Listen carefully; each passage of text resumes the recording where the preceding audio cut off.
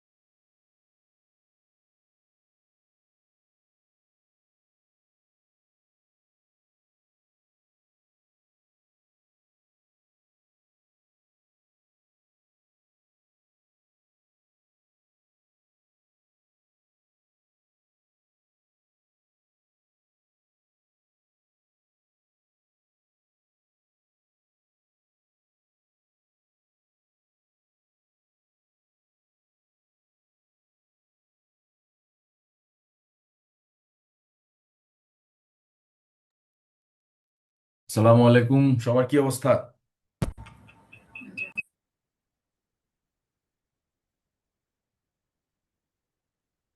আমাকে শুনতে পাচ্ছেন সবাই? ওয়ালাইকুম আসসালাম। ওয়ালাইকুম আসসালাম ভাই, শুনতে পাচ্ছি ঠিকঠাক।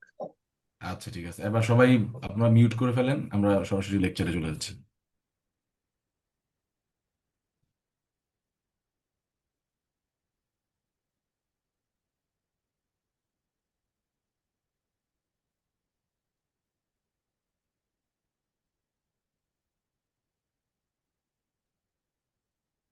স্ক্রিন দেখা যাচ্ছে? স্ক্রিন দেখা যাচ্ছে? হ্যাঁ, যাচ্ছে, দেখা যাচ্ছে। ঠিক আছে। এক দুইজন হচ্ছে পার্টিসিপেট করবেন, সবার পার্টিসিপেশনের দরকার নাই। আবার কেউ টায়ার্ড হয়ে গেলে বাকিরা আসবেন, এভাবে করে করবেন। সবাই মিলে করলে অনেক সময় কথা বোঝা যাবে না। আচ্ছা, আজকে আমরা এর আগে আমরা পড়েছিলাম হচ্ছে রিসিভার। রিসিভার পড়ার সময় একটা টেকনিক বলেছিলাম, রিসিভার কোন অর্ডারে আছে এটা মনে রাখার জন্য। কার মনে আছে, এটা বলতে পারবেন?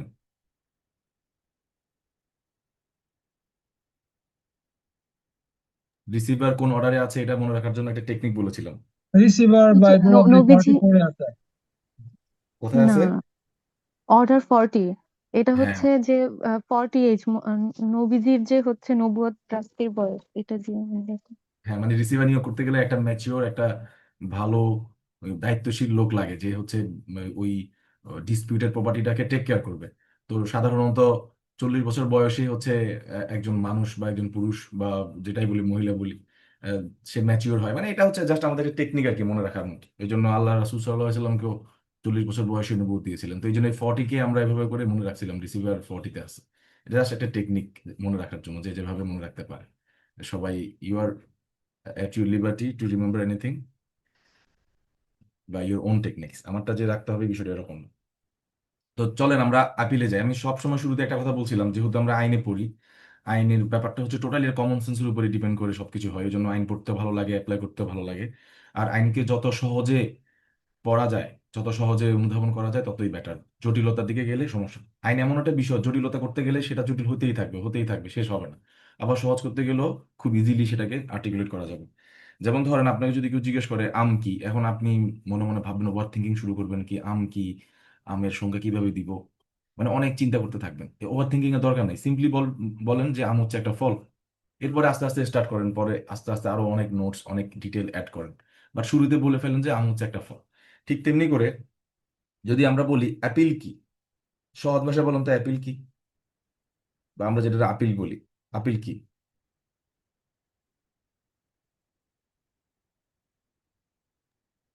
এই উচ্চ আদালত কর্তৃক নিম্ন আদালতের সিদ্ধান্তের আহ, মানে পর্যালোচনা। আরো আরো সহজে যদি বলি, মানে একদম সহজে, যেটাতে ধরেন লিগ্যাল ডেফিনিশনও কভার করবে, আবার খুব ইজিলি বোঝা যাবে।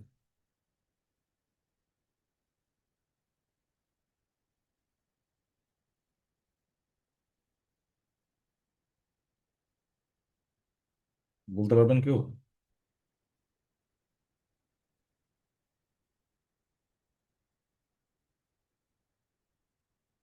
যেমন ধরেন আপিল, আপিল যদি আমরা লিটারাল সেন্স ইউজ করি, এটার অনেক মিনিং থাকতে পারে, যেমন আবেদন থাকতে পারে, প্রার্থনা হইতে পারে, কামনা হইতে পারে।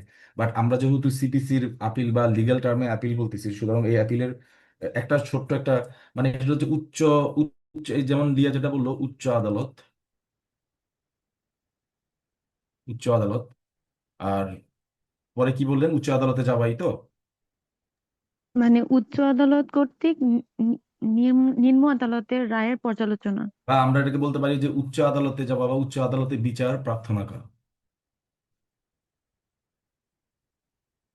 এবার যেহেতু উচ্চ আদালতে যাওয়া মানেই তো আপিল না, আপনি তো চাইলে যেমন কোম্পানি ম্যাটারে আপনি সরাসরি হাইকোর্ট ডিভিশনে মামলা করতে পারেন, কারণ হাইকোর্ট ডিভিশনের অরিজিনাল সিভিল জুরিসডিকশন রয়েছে কোম্পানি ম্যাটার্স। তো সেক্ষেত্রে তো আপনি উচ্চ আদালতেই যাচ্ছেন, তাহলে কি সেটাকে কি আপিল বলা যাবে? না। তাহলে আপিল তখনই বলা যাবে যখন আমরা উচ্চ আদালতে যাব বিচার প্রার্থনা করতে কোন আদালতের রায়ের বিরুদ্ধে। নিম্ন আদালতের। নিম্ন আদালত, ঠিক আছে। এখানে উচ্চ নিম্ন এই শব্দগুলো ব্যবহার করা justified, lower court higher court. কিন্তু এমনি নর্মালি, নর্মালি আপনি ডিস্ট্রিক্ট কোর্টগুলোকে লোয়ার কোর্ট বলাটা একটু কাইন্ড অফ মানে একটু কেমন যেন শোনায়। আপনি সেক্ষেত্রে সাবঅর্ডিনেট কোর্ট বলতে পারেন। সাবঅর্ডিনেট কোর্টটাও খুবই অধীনস্থ অধনস্থ এরকম শোনায় আর কি। কোনো কোর্ট কারো অধীনে নয়, প্রত্যেকটা কোর্টেরই ইন্ডিপেন্ডেন্স রয়েছে, নিজস্ব বিচারিক এখতিয়ার রয়েছে। সেটা বলা যেতে পারে ট্রায়াল কোর্ট। কিন্তু অ্যাপিল ম্যাটারে সাধারণত এভাবেই এগুলাকে ডিফাইন করা হয়, উচ্চ আদালত নিম্ন আদালত। এক্ষেত্রে এখানে অত মানে অড শোনায় না আর কি। এটা একটু খেয়াল রাখবেন। সুতরাং আপিল যদি আপনাকে জিজ্ঞেস করে, হুট করে ভাইভাতে ঢুকলেন, জিজ্ঞেস করলো যে বলেন তো আপিল কি, আপনি তো ভটকায় গেলেন যে আপিল কি। বলতে হবে যে আপিল হচ্ছে নিম্ন আদালতের রায়ের বিরুদ্ধে উচ্চ আদালতে বিচার প্রার্থনা করা। বলেন তো, বলেন তো, নিম্ন আদালতের সিদ্ধান্তের বিরুদ্ধে, খুব সিম্পল নিম্ন ভাষায় নিম্ন আদালতের সিদ্ধান্তের বিরুদ্ধে উচ্চ আদালতে যাওয়া। আহ, যাওয়া। না, আমরা রাইট। আমরা বেসিক থেকে স্টার্ট করবো। আমরা এক দুই তিন পড়বো, আমরা তিন দুই এক পড়বো না। আর যেমন লিয়া যেটা বললো, ঠিক আছে, লিয়া উচ্চ আদালত থেকে শুরু করছে, আমরা এভাবে না বলে বলবো যে নিচ থেকে স্টার্ট করি। আমরা বলি যে নিম্ন আদালতে, কারণ রায়টা দিচ্ছে নিম্ন আদালত, তাই না? তাহলে শুরু করি এভাবে, তাহলে সহজে মনে থাকবে নিম্ন আদালতের রায়ের বিরুদ্ধে উচ্চ আদালতে বিচার প্রার্থনা করা। ক্লিয়ার?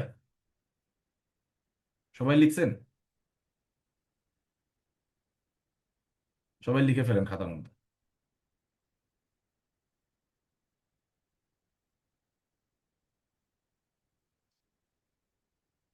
হুম।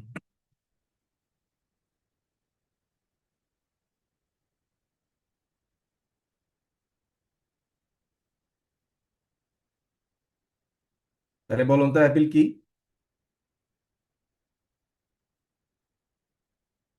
অ্যাপিল হচ্ছে নিম্ন আদালতের বিরুদ্ধে উচ্চ আদালতে নিম্ন আদালতের বিরুদ্ধে না, আদালতের বিরুদ্ধে না, আদালতের সিদ্ধান্তের বিরুদ্ধে।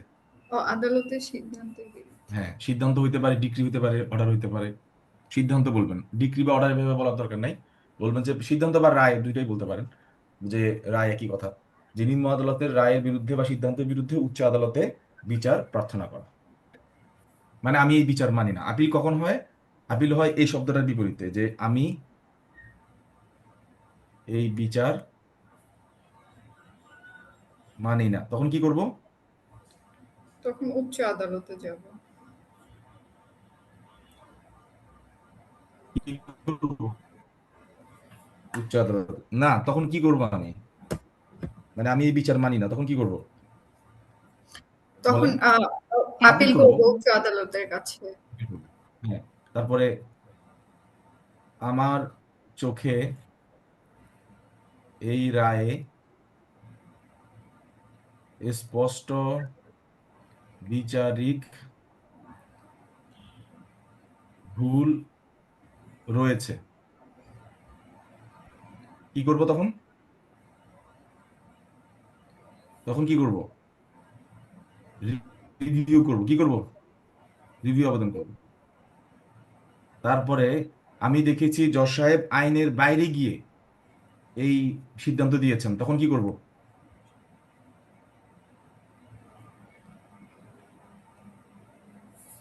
বলেন।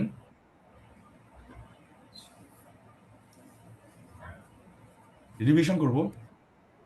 মানে একটা, এটাকে বলা হয় না, ক্র্যাক পয়েন্ট থাকতে হবে, প্রত্যেকটার একটা ইগনিশন পয়েন্ট পয়েন্ট থাকতে হবে, যে কোন কোন বিষয়টার বিরুদ্ধে আপনি যাচ্ছেন, কোন বিষয়টা ঘটলে কি করবেন। যেমন আমি এই বিচার মানি না, আপনি তখন কি করবেন? কথা বলেন সবাই। আমি এই বিচার মানি না, তখন কি করবেন? আপিল করব। আপিল করব। আমার চোখে এই রায়ে স্পষ্ট ভুল ভুল হয়েছে, বিচারিক ভুল হয়েছে, তখন কি করব? রিভিউ। রিভিউ রিভিউ করব। করব। যেমন বিচারিক ভুল কিরকম? যেমন আমি একটি খতিয়ান দিয়েছিলাম, বিজ্ঞ আদালত সেই খতিয়ানটি পর্যালোচনা না করে বা সাক্ষ্য প্রমাণে সেই খতিয়ানের ব্যাপারে কোনো ধরনের বিচার বিশ্লেষণ না করেই রায় দিয়েছেন, তাহলে এটা হচ্ছে কি একটা বিচারিক ভুল হয়েছে। যদি খতিয়ানটি তিনি পর্যালোচনা করতেন তাহলে রায়টি আমার পক্ষে আসতো। তাহলে তখন আমি কি করব? রিভিউ করব। রিভিউ কে করে? যেই যেই কোর্ট রায় দিয়েছে, যেই সেই কোর্টই কি করে? রিভিউ করে। ক্লিয়ার?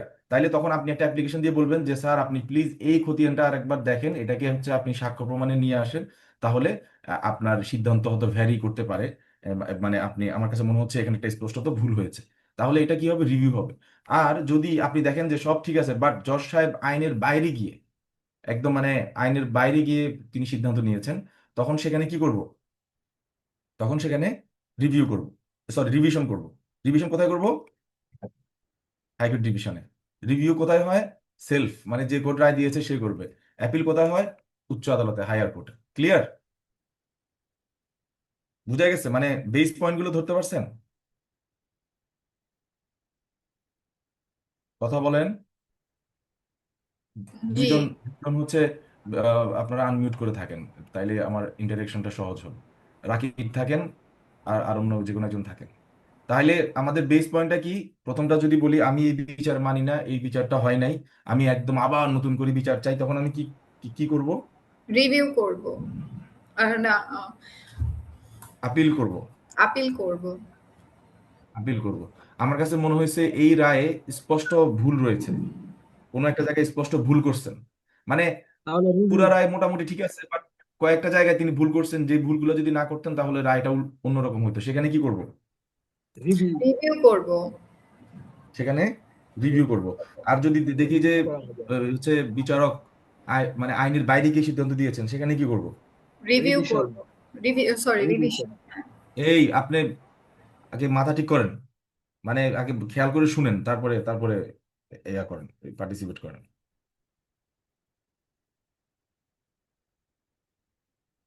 ক্লিয়ার? বুঝা গেছে?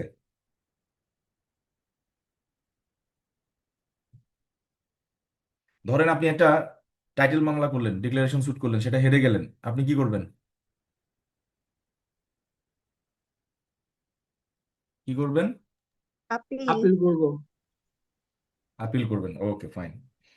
আমি এবার আপনাদেরকে মানে এক্সাম্পল দিচ্ছি, আপনারা আমাকে বুঝাই দিবেন। অ্যাপিল করা মানে হচ্ছে পুরো মামলাটা, হুম, মানে পুরো যে এলসিআর বলে, লোয়ার কোর্ট রেকর্ডস, পুরো মামলাটা চলে যাবে কোথায়?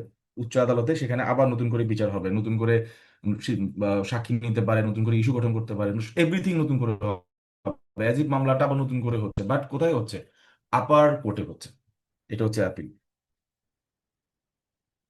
তারপর যদি আপনাকে বলি, ধরেন আহ, বিচারক তার রায় লিখেছেন যে বাদী যে খতিয়ানের উপর নির্ভর করে এই মামলাটি করেছেন সেই খতিয়ান বাদী আদালতে দাখিল করেননি বা খতিয়ান প্রমাণ করতে পারেনি, এই টাইপের কিছু একটা লিখেছেন, বা দাখিল করেননি লিখেছেন। কিন্তু পরবর্তীতে দেখা যাচ্ছে যে খতিয়ানটি আসলে দাখিল করেছেন, কিন্তু বিচারক সাহেব সেই খতিয়ানটি দেখতে ভুলে গেছেন বা সেটা সম্পর্কে কোনো পর্যালোচনা করতে ভুলে গেছেন। তো এক্ষেত্রে কি হবে? রিভিউ।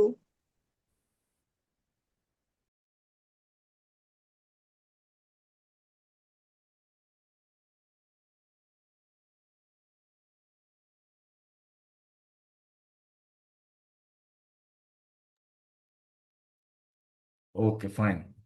তাইলে যদি এরকম একটা সিনারিও আসে যে রায় বিচারক লিখেছেন যে জমির খতিয়ান নেই, কিন্তু আসলে খতিয়ান রেকর্ডে ছিল, মানে মামলার রেকর্ডে খতিয়ানটি ছিল, তিনি ভুলবশত সেটা খেয়াল করেন নাই, এক্ষেত্রে কি আমি আপিল করব নাকি রিভিউ করব? রিভিউ। কি করব? রিভিউ করবো। রিভিউ। Order 47 rule 1। এগুলো আপনারা, আমি তো আবার ওই যে অর্ডারেও যাব, তারপরও চাইলে আপনারা প্রভিশনটা লিখে রাখতে পারেন। ওকে। তাইলে এখানে পুরো মামলা নতুন করে আবার শুনানি হবে না, শুধু যেখানে যেখানে ভুলটা তিনি করেছেন সেই জায়গাটাতেই তিনি আবার নতুন করে রিভিউ করে তার রায়টা ঠিক করবেন। এবার আসেন, ধরেন আপনি একটা আবেদন করেছেন, হ্যাঁ, যে আবেদনটা এই মানে হচ্ছে বিজ্ঞ আদালত আইনের বাইরে গিয়ে সেটা নামঞ্জুর করেছেন, বা তিনি আইনের যে ক্ষমতা সেটার অপব্যবহার করেছেন, এক্ষেত্রে আপনি কি করবেন? রিভিশন। রিভিশন করবেন। বা তিনি তার এখতিয়ারের বাইরে গিয়ে কাজটি করেছেন, সেক্ষেত্রে কি করবেন? রিভিশন। রিভিশন করবেন। বুঝা গেছে? বুঝতে পারছেন? তাহলে বেস পয়েন্টটা বুঝতে পারছেন? জি। ওকে, গুড।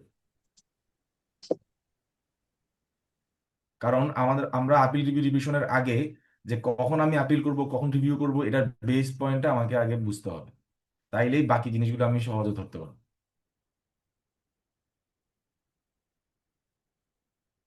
এটা যদিও পড়ানোর কথা ছিল না, বাট তারপরে মনে হলো যে এটা একটু আপনাদেরকে বলি, কারণ হয়তো ক্লাসে বা কোথাও এইভাবে করে আপনারা বিষয়গুলো ভাবেন নাই। তাইলে আরেকবার বলেন তো দেখি, লিয়া বলেন তো, যে আমি পুরো মামলাটার আবার নতুন করে বিচার চাই, এটা এটা কি হবে? অ্যাপিল হবে না রিভিউ না রিভিশন হবে? পুরো মামলাটার এগেনস্টে অ্যাপিল হবে। অ্যাপিল হবে।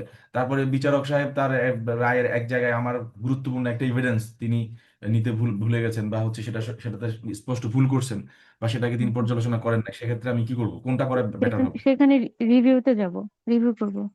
তারপরে যদি দেখি যে বিচারক একদম তার এখতিয়ারের বাইরে গিয়ে বা আইনগত ভুল করে বসে আছেন, সেক্ষেত্রে কি করব? সেক্ষেত্রে রিভিশনে যাব। রিভিশন করবো। এটা তো হচ্ছে একদম বেসিক পয়েন্ট আর কি। এরপরে কোথায় করতে পারবো, কোথায় করতে পারবো না, কখন যেতে পারবো, সেই সম্পর্কে তো বার্স এন্ড সেভিংস তো আছেই, সেটা সামনে আমরা দেখতেছি। ওকে, এবার আসেন, এই যে আমরা চলে আসলাম এখন, এটা যে সেকশনে চলে আসছি আমরা, সেকশন থেকে আলোচনা করে এরপর অর্ডারে যাও। Appeal from original degree. এই যে অরিজিনাল ডিগ্রি বলতে কি বোঝা? অরিজিনাল ডিগ্রি, অরিজিনাল ডিগ্রি মানে হচ্ছে অরিজিনাল জুরিসডিকশন ওয়ালা কোর্ট যে ডিগ্রি দিয়েছে সেটাকে আমরা কি বলবো? অরিজিনাল ডিগ্রি বলবো। তো অরিজিনাল জুরিসডিকশন ওয়ালা কোর্ট কোনটা? সেই সমস্ত কোর্ট যে যারা হচ্ছে মামলা কি করতে পারে, সরাসরি গ্রহণ করতে পারে এবং সিদ্ধান্ত দিতে পারে। যেমন অতিরিক্ত জেলা জজের কোর্ট কি অরিজিনাল কোর্ট? না, কেন না? কারণ তিনি মামলা কি করতে পারেন না, হ্যাঁ, গ্রহণ সরাসরি। করতে, হ্যাঁ, উম, গ্রহণ করতে পারেন না। ঠিক আছে? তো ওই সমস্ত কোর্ট যখন কোনো ডিগ্রি দিবে সেটাকে আমরা অরিজিনাল ডিগ্রি বলতেছি। তো বলা হচ্ছে যে সকল অরিজিনাল ডিগ্রি থেকে উচ্চ আদালতে কি করা যাবে? অ্যাপিল করা যাবে। এবং শুধু মানে অরিজিনাল এটা কনটেস্টেড ডিগ্রি না, যে সমস্ত ডিগ্রি এক্সপার্টে হবে, মানে একতরফা ডিগ্রি যেগুলো হবে সেগুলো বিরুদ্ধে কি করা যাবে? অ্যাপিল করা যাবে। একতরফা ডিগ্রি কোথায় হয়? অর্ডার, একটা আছে না, অর্ডার 9-এর রুল, রুল কত, 6-এ আছে না নাকি? ভুলে গেছেন? অর্ডার 9-এর রুল এক্সপার্ট হচ্ছে 13। হ্যাঁ, একতরফা 13 ডিগ্রি আছে। কোথায় আছে?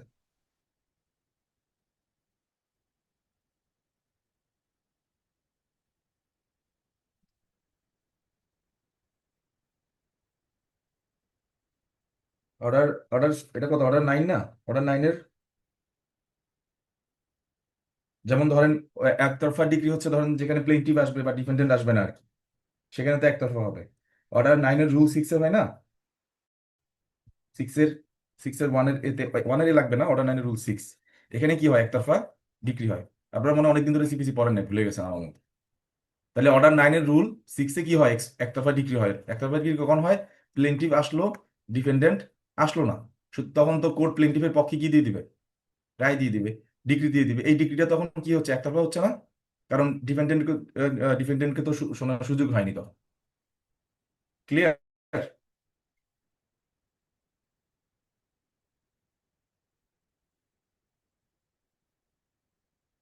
বুঝতে পারছেন?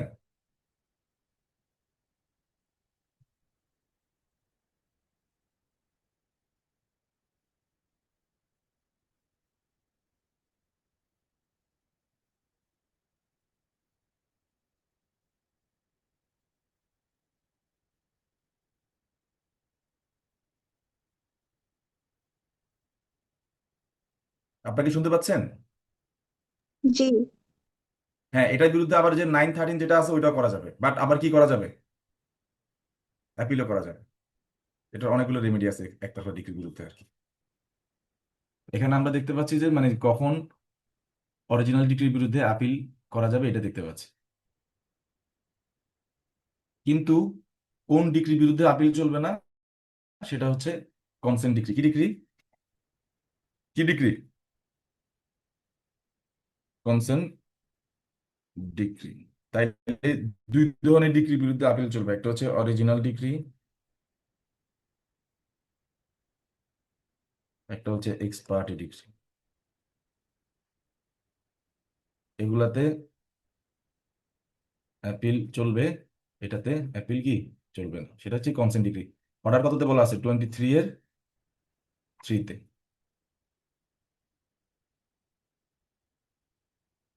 আবার এখানেও 96-এর 3, এটা এভাবে মুখস্থ রাখা খুবই ইজি। 96-এর 3, এই 3 মিল আছে, এভাবে দেখে নিন। এটা হচ্ছে এই যে অর্ডার, এটা হচ্ছে সেকশন 96-এর 3-তে, আবার অর্ডার 23-এর 3-তে, এভাবে করে মনে রাখবেন। মানে 3টা কমন, এভাবে মনে রাখবেন। কনসেন্ট মানে এ যা বলছে এও তা বলছে, 3-3 এরকম আর কি, মানে কাইন্ড অফ সিমিলারিটিস, কনসেনসুয়াল এই টাইপের আর কি। এটা পরীক্ষায় প্রায় আসে যে কোন ডিগ্রির বিরুদ্ধে আপিল চলে না, সেটা কোথায় বলা আছে। আপনাকে যদি বিভিন্ন স্টাইলে প্রশ্ন আসতে পারে, যেমন 96-এর সাবসেকশন 3 আসতে পারে, আবার অর্ডার 23-এর 3 আসতে পারে, আবার কনসেন্ট ডিগ্রি আসতে পারে, কম্প্রোমাইজ ডিগ্রি আসতে পারে। ডিগ্রি বা কম্প্রোমাইজ ডিগ্রির বিরুদ্ধে কি চলে না? আপিল চলে না। আমাকে শুনতে পাচ্ছেন আপনারা? শুনতে শুনতে পাচ্ছেন? পাচ্ছি। ওকে, তাহলে আমরা 96 থেকে কি কি শিখলাম? যে অরিজিনাল ডিগ্রি এবং এক্সপার্টি ডিগ্রির বিরুদ্ধে আপিল চলে, বাট কনসেন্ট ডিগ্রির বিরুদ্ধে কি চলে না? আপিল চলে না। ক্লিয়ার? বুঝা গেছে?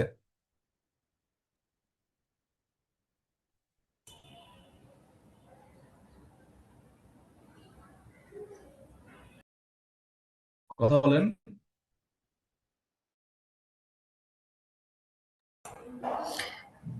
হ্যাঁ।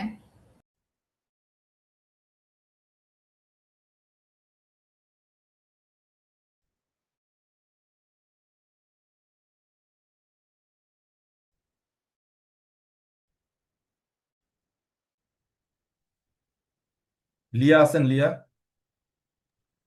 জি ভাই। রাকিব, রাকিব, জি ভাই, আমি আছি।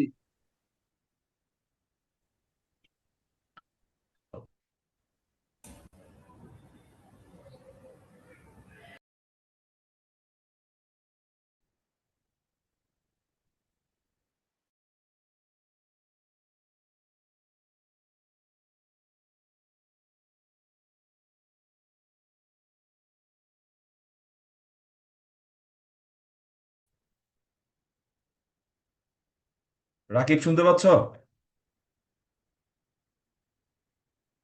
শুনতে পাচ্ছি। হ্যাঁ, তুমি তুমি পার্টিসিপেট করো, আর হচ্ছে লিয়া পার্টিসিপেট করো। এই দুইজন আনমিউট করে থাকো, ঠিক আছে ভাই, আর বাকিরা হচ্ছে ঠিক আছে। আহ, মিলাই নেন আপনাদের সাথে। কেউ যদি তারপরও পার্টিসিপেট করতে চান তাহলে আনমিউট করে জয়েন করেন, কোনো সমস্যা নেই। তার 96 ক্লিয়ার আমাদের। এখান থেকে প্রায় প্রশ্ন আসে, সেটা আরেকবার বলি। সেটা হচ্ছে অরিজিনাল ডিগ্রি এবং এক্সপার্টি ডিগ্রির বিরুদ্ধে আপিল চলে, কনসেন্ট ডিগ্রি বা কম্প্রোমাইজ ডিগ্রির বিরুদ্ধে আপিল চলে না। এটা মনে রাখার টেকনিক হচ্ছে মনে রাখার টেকনিক হচ্ছে 3। একটা হচ্ছে 96-এর 3, আবার আরেকটা হচ্ছে কিসের? 23-এর 3। ওটা 23 23 থ্রি। 23। হ্যাঁ, ওকে, গুড। এবার আমাদের মনে প্রশ্ন আসবে যে এতক্ষণ ধরে তো আপিলটা মোটামুটি বুঝলাম, এখন কোন কোর্টের সিদ্ধান্তের বিরুদ্ধে কোন কোর্টে আপিল চলে আমরা একটু এটা দেখিনি। এটা কিন্তু সিপিসি ডিল করেন, এটা ডিল করে কে?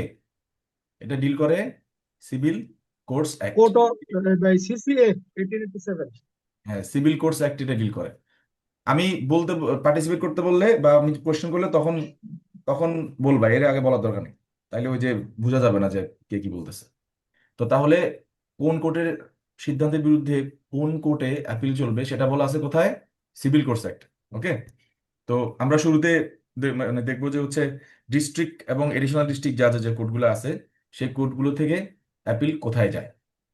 তার মানে আমরা শুরুতে ডিজে এবং এই ডিজে এদের কোর্ট থেকে দেখবো যে ওনাদের আপিলটা কোথায় যাচ্ছে। এখানে বলা হচ্ছে তাদের তাদের আপিলগুলো কোথায় যাবে? High court division. কই যাবে? High court division. এভাবে করে লিখে ফেলেন। এটা আজকে একদম বেয়ারেক থেকে দেখাই দিচ্ছি যাতে করে আর কখনো না ভুলেন, কারণ এটা আমরাও মুখস্থ করি কিন্তু বেয়ারেক থেকে না দেখার কারণে মাঝে মধ্যে ভুলে যাই। যেমন ডিস্ট্রিক্ট জাজ, এডিশনাল ডিস্ট্রিক্ট জাজের আপিল কোথায় যাবে? হাইকোর্ট ডিভিশনে। তাহলে থাকতেছে আর কে? থাকতেছে হচ্ছে জয়েন্ট ডিস্ট্রিক্ট জাজ। এখন এই জয়েন্ট ডিস্ট্রিক্ট জাজের কোর্টের আপিল কোথায় যাবে? কোথায় যাবে বলেন? ডিস্ট্রিক্ট কোর্ট অথবা ডিস্ট্রিক্ট জাজ অথবা এডিশনাল ডিস্ট্রিক্ট জাজ। এটাকে আমরা দুই ভাগে ভাগ করবো। এটা হচ্ছে less than 5 crore, মানে 5C যাবে হচ্ছে কি ডিস্ট্রিক্ট জাজের কাছে। আর যদি জয়েন্ট ডিস্ট্রিক্ট জাজ 5C+ হয়, মানে 5 কোটি প্লাস হয়, তখন যাবে কোথায়? হাইকোর্ট ডিভিশনে। হুম। আর থাকতেছে কে তাহলে? থাকতেছে সিনিয়র সিভিল জাজ আর সিভিল জাজ। সিভিল জাজ। সিভিল জাজ। ওনাদেরটা কোথায় বলা আছে? ওনাদেরটা বলা আছে এই যে এখানে। কোথায়? আপনাদের জন্য আলাদা করে কোনো ধারা নাই, বাট এই 21-এর 2-তে বলা আছে। আপনারা আলাদা ধারা পাবেন না, বাট 21-এর 2-এ পাবেন। সেটা হচ্ছে গিয়ে দেখেন, an appeal from decree or order of senior civil জাজ অর সিভিল জাজ শ্যাল লাই টু ডিস্ট্রিক্ট জাজ। তাহলে কোথায় গেল? ডিস্ট্রিক্ট জাজের কোর্টে। ক্লিয়ার? বুঝা গেছে? বুঝতে পারছেন? তাহলে এটা খুবই কমন সেন্সের একটা ব্যাপার। আপনার নিচ থেকে যদি স্টার্ট করেন, এদিকে খেয়াল করেন, যেমন নিচে সবার নিচে থাকবে যে সিনিয়র সিভিল জাজ, সিনিয়র সিভিল জাজ, ওনার আপিলটা যাবে হচ্ছে কার কাছে? কার কাছে যাবে? ডিস্ট্রিক্ট জাজের কাছে। আমার এখানে স্ক্রিনটা দেখা যাচ্ছে না। স্ক্রিন কি কারো মনে হয় কারোরই দেখা যাচ্ছে না নাকি? আপনারা স্ক্রিন দেখতে পাচ্ছেন? জি ভাই, আমিও দেখতে পারতেছি না। স্ক্রিন না ভাই। স্ক্রিন দেখা যাচ্ছে না। ও, শেয়ার অফ হয়ে গেছে।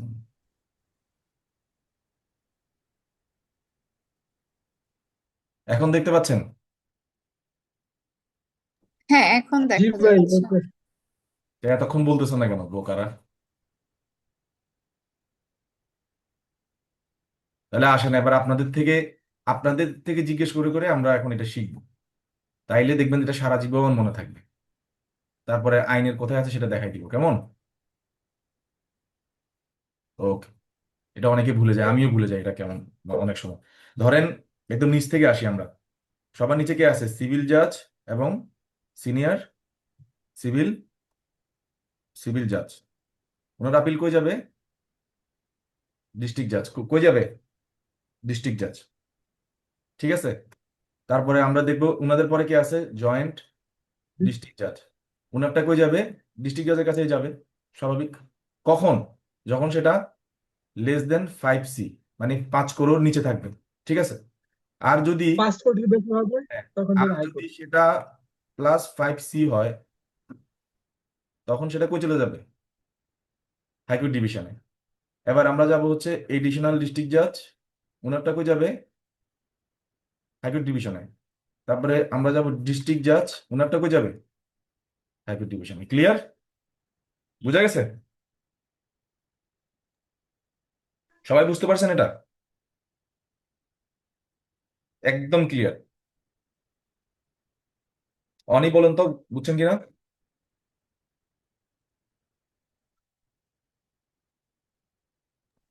আহ মানে আমি এই যে স্ক্রিনের জন্য তখন গুলিয়ে ফেলেছি, আমি ওইটা ঠিক করছিলাম। আচ্ছা। আর কে বলতে পারবেন? লিয়া বলেন। খুবই সিম্পল ম্যাটার এটা। আহ, বলবো মানে ক্রম বাই বলবো। হ্যাঁ, হ্যাঁ, হ্যাঁ, বলেন।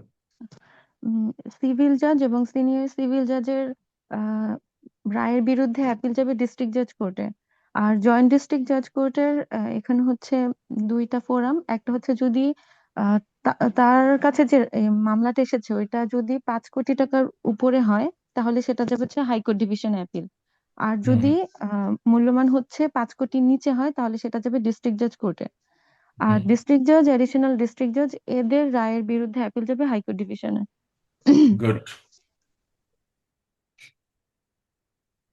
এটাই বলা হয়েছে এখানে, এটা খুবই ইজিলি বুঝতে পারছেন আপনারা। এই যে আরেকটা জিনিস দেখাইলাম যে আপনারা অনেক সময় নিজেদের, আপনারা তো সবাই সিভিল জাজ হিসেবে জয়েন করবেন, আপনারা দেখেন আপনাদেরটা বলা হচ্ছে এখানে আলাদা করে কোনো ধারা নাই, বাট 21-এর 2-এ বলা আছে। 21-এর 2-এ বলা আছে যে এই যে সিনিয়র সিভিল জাজ এবং সিভিল জাজের হচ্ছে আপিলটা কই যাবে? ডিস্ট্রিক্ট জাজের কাছে যাবে। ডিস্ট্রিক্ট কোর্ট এবং ডিস্ট্রিক্ট জাজ কিন্তু পার্থক্য আছে, এটা মাথায় রাখবেন। ডিস্ট্রিক্ট জাজ বলতে বোঝায় হচ্ছে দেওয়ানি এখতিয়ার এন্টারটেইন করছেন এমন একজন সিনিয়র জাজ। আর উনার পাশে যদি সেশন থাকে তাহলে উনি উনি তখন চলে গেলেন ফৌজদারিতে। তো সো যখনই আপনি দেওয়ানি ম্যাটার বা সিভিল ম্যাটার আলোচনা করছেন সেখানে কখনো সেশনস লিখবেন না, সবসময় ডিস্ট্রিক্ট জাজ লিখবেন।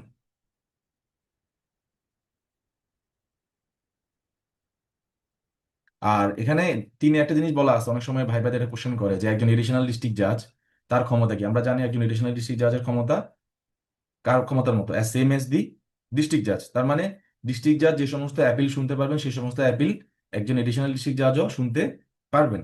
তার মানে যদি প্রশ্ন করে যে একজন সিভিল জাজের অ্যাপিল কি একজন এডিশনাল ডিস্ট্রিক্ট জাজ শুনতে পারবেন কিনা, উত্তর হবে কি হ্যাঁ, শুনতে পারবেন। ক্লিয়ার? বুঝা গেছে? আবার অনেক সময় আপনি দেখবেন যে, যেমন আমি সর্বশেষ পটিয়াতে ছিলাম, চট্টগ্রামে। সেখানে পটিয়াতে একটা যুগ্ম জেলা জজ আছেন, ওটার নামই হচ্ছে যুগ্ম জেলা জজ আদালত পটিয়া। ওই ওই আদালতের নামই ওনার নামে, মানে ওই ওই অফিসের নামে যুগ্ম জেলা জজ আদালত পটিয়া। তো সেখানে অনেক সময় সহকারী জজের আপিলগুলো জয়েন্ট ডিস্ট্রিক্ট জাজ শোনেন। তো এটা কিভাবে শোনেন? এই এই যে ক্ষমতাটা, এই ক্ষমতাটা কোথায় দেওয়া আছে? এখানে দেওয়া আছে, দেখেন অফিসিয়াল গ্যাজেটে কি বলা আছে যে the high court division May with the previous sanction of the government, মানে মূলত করবে হচ্ছে হাইকোর্ট ডিভিশন, বাট গভর্নমেন্টের স্যাংশন লাগবে। কি লাগবে? স্যাংশন লাগবে। হাইকোর্ট ডিভিশন গভর্নমেন্টের অনুমতি নিয়ে বা স্যাংশন নিয়ে একটা অফিসিয়াল গ্যাজেট করে বলে দিবেন যে সিভিল জাজ অথবা সিনিয়র সিভিল জাজের কোনো একটা আপিল কে শুনতে পারবে? জয়েন্ট ডিস্ট্রিক্ট জাজ শুনতে পারবে। ক্লিয়ার? তাইলে এখান থেকে আমরা কি শিখলাম? যে চাইলেই চাইলে একজন, মানে যদি কোথাও এরকম প্রশ্ন করে যে একজন যুগ্ম জেলা জজ কি একজন সিনিয়র অ্যাসিস্ট্যান্ট জাজ বা অ্যাসিস্ট্যান্ট জাজের আপিল শুনতে পারবে কিনা, ঠিক আছে? উত্তর কি হবে? উত্তর কি হবে? সাধারণত এরকম কোনো ফোরাম নাই। আমরা যে সেকশনগুলো দেখলাম, সাধারণত সিভিল জাজ এবং সিনিয়র সিভিল জাজের আপিল কে শুনে? ডিস্ট্রিক্ট জাজ। কে শুনে? ডিস্ট্রিক্ট জাজ। ডিস্ট্রিক্ট জাজ। আর জয়েন্ট ডিস্ট্রিক্ট জাজ এবং সিনিয়র অ্যাসিস্ট্যান্ট জাজের মধ্যে টায়ারের পার্থক্য মাত্র হচ্ছে 2 টায়ার। যেমন এই যে সিভিল জাজ, সিনিয়র সিভিল জাজ, আর একটা হচ্ছে কি জয়েন্ট ডিস্ট্রিক্ট জাজ। উনি জাস্ট তার 1 টায়ার উপর বা 2 টায়ার উপরে। তো এত কাছের টায়ারের একটা মানুষ বা সরি একটা অফিস আবার কি নিচের কোর্টের রায়ের সিদ্ধান্তের বিরুদ্ধে আপিল শুনতে পারেন কিনা, এটা মানে কেমন একটা মনে হয় না যে এটা পারে কিনা। কিন্তু উত্তরটা হচ্ছে কি পারে। কখন পারে? কখন পারে? যখন হাইকোর্ট ডিভিশন অফিসিয়াল গ্যাজেট দ্বারা বলে দিবে যে এই এই জেলায় এই এই কোর্টের সিভিল জাজ এবং সিনিয়র সিভিল জাজের আপিলগুলো জয়েন্ট জাজ শুনতে পারবেন। শুধুমাত্র তখন সেই এলাকাতে, সেই অধিক্ষেত্রে যুগ্ম জেলা জজ বা জয়েন্ট ডিস্ট্রিক্ট জাজ সিভিল জাজ এবং সিনিয়র সিভিল জাজের মামলার আপিল শুনতে পারবেন। ক্লিয়ার? ক্লিয়ার হয়েছে এটা? জি ভাই, বুঝতে পারছি। হ্যাঁ। তার মানে এরকম প্রশ্ন কিন্তু অনেক আসে। এগুলো কিন্তু মানে আমি যে সবসময় একটা কথা বলি যে আমি যে যেভাবে পড়াচ্ছি এটা তো হয়তো একটু টাইম কনজিউমিং, বাট এটা আপনার প্রিলি, রিটেন, ভাইবা এবং আপনার এমনিতে ওভারঅল মানে খুব আইডিয়াগত জায়গা থেকে, একাডেমিক জায়গা থেকে একটু সাউন্ড করার জন্য, যাতে করে এই বিষয়টা নিয়ে ইন ফিউচারে কোথাও কোনো জটিলতার মুখোমুখি আপনি না হন। ভাইবাতে জিজ্ঞেস করে যে একজন এভাবে জিজ্ঞেস করছে, অনেকজনকে জিজ্ঞেস করে এটা এটা এটা এগুলোকে বলা হয় মাইন্ড রিফ্রেশিং কোয়েশ্চেন, কিন্তু এগুলাই পারে না। বলা হয় যে, বলে মিস্টার রাকিব বলেন তো একজন সিনিয়র সিভিল জাজের মামলার আপিল রায়ের সিদ্ধান্তের বিরুদ্ধে আপিল কি একজন একজন যুগ্ম জেলাজজ শুনতে পারবেন? সাধারণত শুনতে মনে হয় যে এটা কেন প্রশ্নটা করলো, মনে হয় পারবে না। মানে বা পারবে, বা পারলে কিভাবে পারবে, উনি তো মাত্র 1 টায়ের উপরে আছে। অনেকে প্রশ্নের এটা উত্তর দেয় স্যার পারবে না, কারণ স্যার এই আইনে বলা আছে, একটু আইনও দেখায়, তখন বলা হয় স্যার যে এই যে আইনটা দেখায়, এই যে এটা যে স্যার দেখেন বলা হচ্ছে সিনিয়র সিভিল জাজ এবং সিভিল জাজের ডিস্ট্রিক্ট আপিল কে শুনবে? ডিস্ট্রিক্ট জাজ। তাহলে তো ডিস্ট্রিক্ট জয়েন্ট জাজ। ডিস্ট্রিক্ট জাজও শুনতে পারতেছে না। কিন্তু এখানে উত্তরটা আপনাকে একটু ঘুরাই দিতে হবে, যেটা যেহেতু আইনের মধ্যে আছে। আপনি যদি বলতেন যে স্যার পারে, কখন পারে স্যার? যদি হাইকোর্ট ডিভিশন একটা অফিসিয়াল গ্যাজেট নোটিফিকেশনের মাধ্যমে, অফিসিয়াল। প্রজ্ঞাপনের মাধ্যমে যদি বলে দেয়, তখন স্যার পারে। সিম্পল। তখন আপনি ফুল মার্কস পাবেন এবং আপনাকে খুব বিচক্ষণ মনে করবে, এবং আপনি হয়তো সেখানে মনে করেন যে আপনি ভাইভাতে রিকমেন্ডেড হয়ে যেতে পারেন। তো এইভাবে করে আপনার হচ্ছে ডেপথ অফ নলেজটা তারা টেস্ট করে, যে আপনি কি ওই গতানুগতিক সলিম কলিমের মতো সব জানেন, নাকি হচ্ছে আপনি এমন কিছু জানেন যেটা বাকিরা জানে না, বা আপনি একদম ডিটেইলে জানেন। তো এখানে কিন্তু আপনি বাকিদের চাইতে আগে থাকতে পারবেন, কারণ এটা কম্পিটিটিভ এক্সাম। এখানে অনেক পরীক্ষা দেয়, রিটেনে অল্প কয়জন টিকে নেয়, মাত্র অল্প কয়জন। সো এখান থেকে যদি আপনি বেরিয়ে আসতে চান সফলতার সাথে, সেক্ষেত্রে আপনাকে ডিটেল জিনিসগুলো, ইন্ট্রিকেট জিনিসগুলো জানতে হবে। তো আশা করি এটা বুঝতে পারছেন। এরপরে এখানে শেষ আমাদের, মানে সিভিল কোর্টস অ্যাক্টের আন্ডারে যে অ্যাপিলের যে বিধানটা, সেটা আমরা এখান থেকে আলোচনা করলাম, দেখাই দিলাম। আমার একটা মোটো থাকে পড়ানোর ক্ষেত্রে, সেটা হচ্ছে মেইন মাদার যে স্টিটিউট, সেখান থেকে যদি দেখানো যায় তাহলে মানে আমাদের কনফিডেন্সটা অনেক বাড়ে যে আমি একদম প্রভিশন থেকেই পড়ে আসছি, মানে লটা থেকে পড়ে আসছি রেদার দেন আদার সাপ্লিমেন্টারি বুকস। তো এক্ষেত্রে কনফিডেন্সটা অনেক বাড়ে, এই জন্য আমি আপনাদেরকে এইভাবে করে এই দেয়ার এক থেকে দেখাচ্ছি। সবাই বুঝতে পারছেন?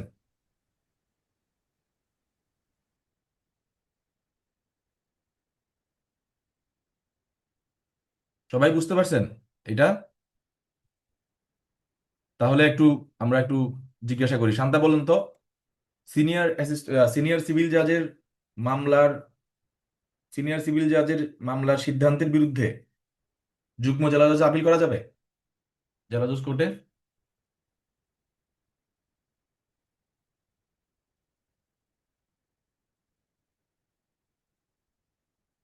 তিশা আছেন? জি ভাইয়া। হ্যাঁ বলেন তো, আপিল করা যাবে কিনা?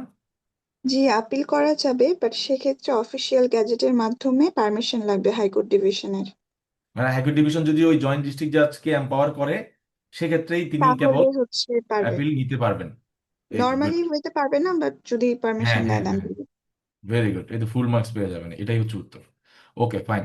এবার আমরা চলে আসি হচ্ছে 97-এ, আবার আবার চলে আসতেছি সিপিসিতে। এটা সিপিসিতে আবার মানে সেকশনে চলে আসতেছি। এটা বলা হচ্ছে appeal from final decree or no appeal from preliminary degree.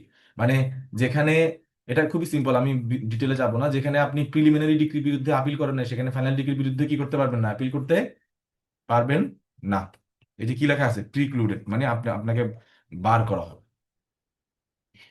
লিখে রাখেন, যেখানে প্রিলিমিনারি ডিগ্রির বিরুদ্ধে আপিল করেনি সেখানে ফাইনাল ডিগ্রির বিরুদ্ধে আপিল করা যাবে না। সিম্পল, এটা খুবই কমন সেন্স, যে আপনি তো প্রিলিমিনারি ডিগ্রির বিরুদ্ধে আপিল করেন নাই, আপনি তাহলে ফাইনাল ডিগ্রির বিরুদ্ধে কেন আপিল করতে আসছেন?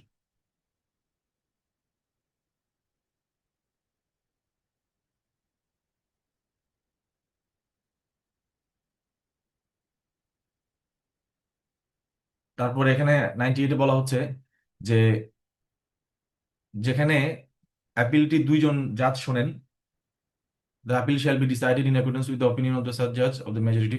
তখন ধরেন দুইয়ের অধিক, ধরেন এখানে এখানে একটা বেঞ্চ, এখানে একটা বেঞ্চ, এখানে একটা, দুইয়ের অধিক তিনজন যদি থাকেন, তাহলে যে কোনো মেজরিটি যে সিদ্ধান্ত দিবে সেটাই কি হবে, প্রিভেইল করবে। এগুলো জাস্ট জানার জন্য জানা আর কি। কি বললাম সবাই বলেন তো? যখন কোন একটা আপিল টু অর মোর জাজ, মানে দুইয়ের অধিক জাজ শুনবেন, তখন মেজরিটি কি হবে, তখন মেজরিটি সিদ্ধান্তই প্রিভেল করবে। ক্লিয়ার? বুঝা গেছে?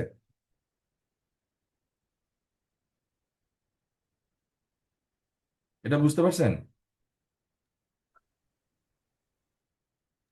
জি ভাই।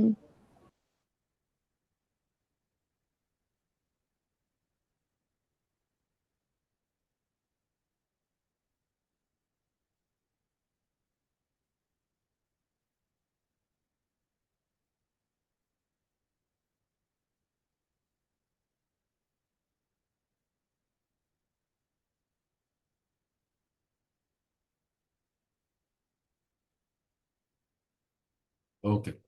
আর একটা বলা হচ্ছে যেখানে কোনো মেজরিটি নাই, which concurs in a judgment varying or reversing the decree appeal from such decree shall be confirmed। ধরেন এই একটা বেঞ্চ, এই একটা বেঞ্চ, উনি বললো অ্যাপিল মঞ্জুর, উনি বললো আপিল না মঞ্জুর। তখন কি হবে বলুন তো, দেখি দেখি আপনাদের একটা কমন সেন্স টেস্ট নেই। তখন এই সিদ্ধান্ত কি আসবে, এখানে একটা বেঞ্চ, এখানে একটা বেঞ্চ, দুইজনের বেঞ্চ, একজন বললো আপিলটি চলবে, একজন বললো আপিলটি চলবে না। তখন যে ডিক্রির বিরুদ্ধে আপিল করা হলো সেই ডিক্রিটি কি হবে, বহাল থাকবে নাকি না?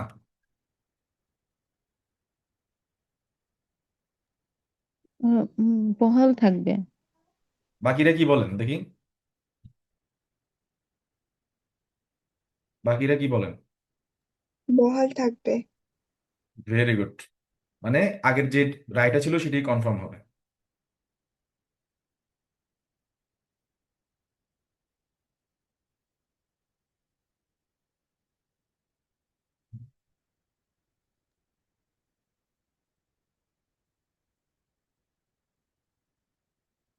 ওকে।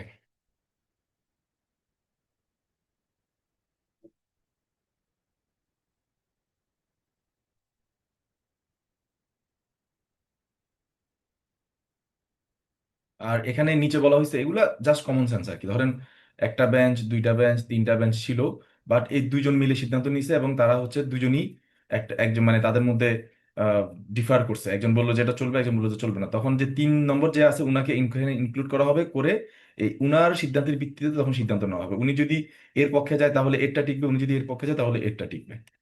এটা বোঝা গেছে? মানে যেখানে 3 জন থাকবে, ধরেন হায়ার বেঞ্চ, বাট মামলাটা দেখতেছে 2 জন মিলে এবং দুইজনেই তাদের মধ্যে আলাদা হয়ে গেল, একজন বললো চলবে, একজন বললো চলবে না। তখন এই থার্ড যে জন আছে তাকে টেনে আনা হবে, এনে উনি যদি এর পক্ষে যায় এটা টিকবে, উনি যদি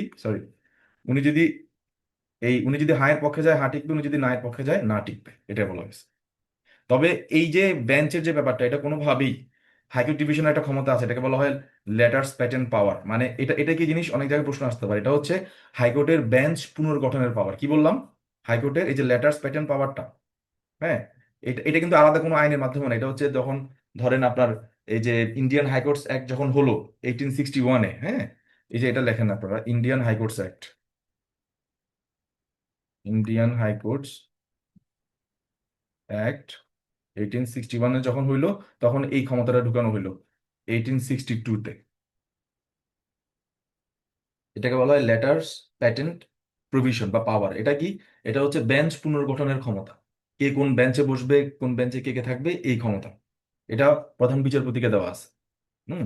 এই এই ক্ষমতা কি হবে না, এই এই সিপিসির এই প্রভিশন দ্বারা ওই ক্ষমতাটা হ্যাম্পার্ড হবে না, এটা বলা আছে। এটা কঠিন কিছু না, জাস্ট একটু আইডিয়া রাখা আর কি। যে হাইকোর্টের যে একটা ইনহেরেন্ট ক্ষমতা আছে বেঞ্চ পুনর্গঠনের, এই ধারা বা এই প্রভিশন ধারা দ্বারা সেই হাইকোর্টের যে ওই ক্ষমতাটা সেটা কি হবে না, হ্যাম্পার্ড হবে না, এফেক্টেড হবে না, এটা বলা হয়েছে এখানে। তাইলে এখানে আমরা কি শিখলাম? ধরেন আমরা তো উপরে দেখলাম 2 জন জাজ, 3 জন জাজ যদি থাকে তাহলে যে কোনো 2 জনেরটাই টিকবে। আবার যদি 2 জন থাকে তাহলে একজন ইয়েস বললো একজন নো বললো, তাহলে আগের যে ডিক্রি যেটা সেটা মানে মানে লোয়ার কোর্ট যে আদেশটা দিয়েছে, ডিক্রিটা দিয়েছে, সেটাই বহাল থাকবে। আবার যদি এমন হয় যে যে এটা অনেক বড় একটা বেঞ্চ ছিল, এরকম এরকম 3 জনের একটা বেঞ্চ, বাট এই উনি আলাদা, উনি কোনো সিদ্ধান্ত দিচ্ছে না, সিদ্ধান্ত দিল হচ্ছে এই 2 জন। একজন বলল আপিল মঞ্জুর, একজন বললো আপিল না মঞ্জুর। তখন এই থার্ড যে জন তাকে এখানে টেনে নিয়ে আনা হবে। উনি যদি এর পক্ষে যায় এটা টিকবে, উনি যদি না এর পক্ষে যায় তাহলে না টিকবে। বুঝা গেছে? বুঝতে পারছেন? সবাই এটা বুঝছেন? জি। গুড।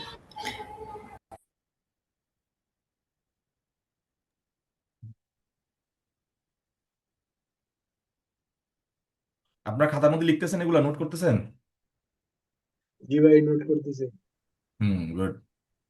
আর বলা হচ্ছে যে যতক্ষণ না হচ্ছে মামলার মেরিট এফেক্ট না করবে ততক্ষণ পর্যন্ত কোনো ধরনের ইরেগুলারিটি, মানে কোনো ধরনের প্রসিডিউরাল ইরেগুলারিটিস বা এররের কারণে কোনো মামলা কি হবে না, কোনো মামলার রায় রিভার্স বা মডিফাইড হবে না, যতক্ষণ পর্যন্ত না দেখানো যায় যে এই রিভার্স না করলে বা মডিফাই না করলে মামলাটার মেরিট নষ্ট হয়ে যাচ্ছে। এটা খুবই বেসিক একটা প্রিন্সিপাল, এটা তো জানার দরকার নাই। এবার আমরা চলে আসবো 104-এ, যেটা খুবই ইম্পর্টেন্ট। আমরা জানি সাধারণত অর্ডারের বিরুদ্ধে আপিল হয় না, but there R some orders যার বিরুদ্ধে কি আমরা উপরে কিন্তু দেখেছি যে আপিল চলে কিসের বিরুদ্ধে? Original degree. ডিগ্রির বিরুদ্ধে অথবা এক্সপার্টি ডিগ্রির বিরুদ্ধে। Very good. তো কিন্তু এখন আমরা 104-এ দেখতে পাচ্ছি যে কিছু কিছু অর্ডার্স এর বিরুদ্ধেও কি আপিল চলে। সেই অর্ডারগুলো আমরা এখন দেখব। তো বলা হচ্ছে an appeal shall lie from following orders, এই সমস্ত অর্ডার্স এর বিরুদ্ধে অ্যাপিল চলবে। এন্ড এর বাইরে আর কোনো অর্ডারের বিরুদ্ধে অ্যাপিল চলবে না, এই যে বলা আছে ফ্রম নো আদার অর্ডার্স। তো সেই অর্ডারগুলো একটু আমরা দেখি। প্রথমটা আমরা পাচ্ছি FF, বলা হচ্ছে 35-এর A। 35-এর A, সেকশন 35-এর এটা কি আছে আপনারা সবাই জানেন, এটা অনেকবার পরীক্ষায় আসে, এটা একটা হট ক্যাক পরীক্ষার জন্য।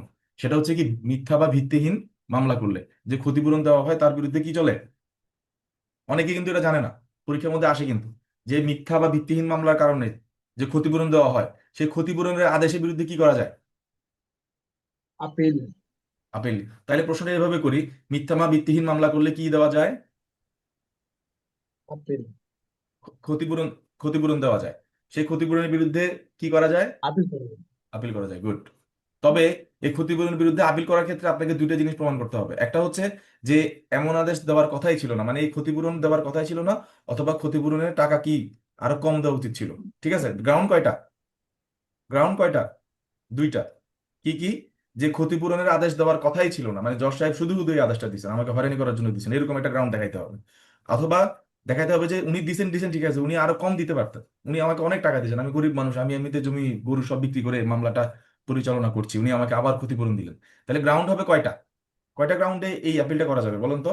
তাহলে আমি যদি প্রশ্ন করি, ক্ষতিপূরণের ক্ষতিপূরণের আদেশের বিরুদ্ধে কাউকে যদি ক্ষতিপূরণের আদেশ দেওয়া হয় মিথ্যা মামলা বা হয়রানিমূলক মামলা করার জন্য, তখন তিনি যদি আপিল করেন, সে আপিলের বিরুদ্ধে সেই আপিলের মেমোরান্ডামে কয়টা গ্রাউন্ড লিখতে হবে? কয়টা দুইটা। গ্রাউন্ড? দুইটা। একটা হচ্ছে কি, যে এই ক্ষতিপূরণের আদেশ দেওয়ার কথাই ছিল না, জজ সাহেব শুধু শুধু এটা দিয়েছেন, অথবা তিনি দিয়েছেন দিয়েছেন কিন্তু টাকার অঙ্কটা আরো কম হলে ভালো হতো। এই দুইটা গ্রাউন্ডে কি অ্যাপিলটা চলবে?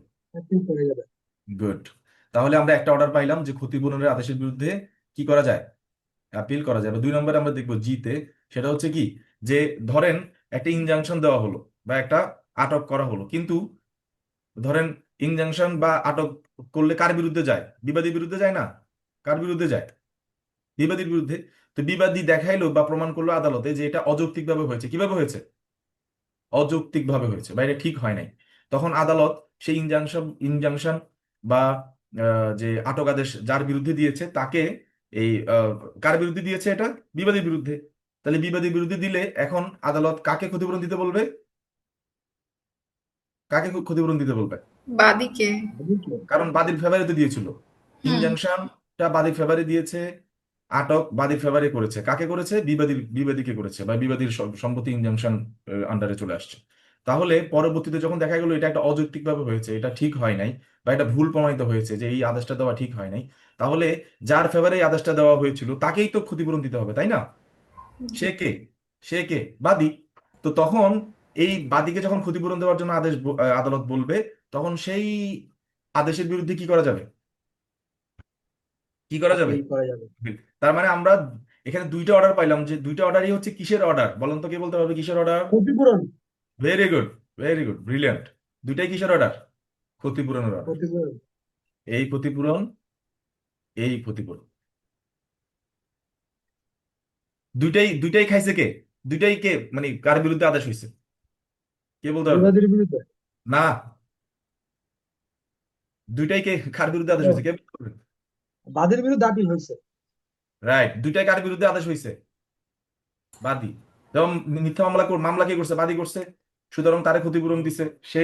এখানেও ঠিক সেম, সে তার ফেভারে প্রথমে ইনজাংশন আসছিল, আটক আদেশ আসছিল তার ফেভারে, বিবাদীকে আটক করছে বা বিবাদীর জমি ইনজাংশন দিছে, পরবর্তীতে দেখা গেল যে এই ইনজাংশন বা আটক আদেশটা ঠিক হয় নাই, তখন ক্ষতিপূরণ চাইলো বিবাদী, আদালত দিতে বললো কাকে? বাদীকে।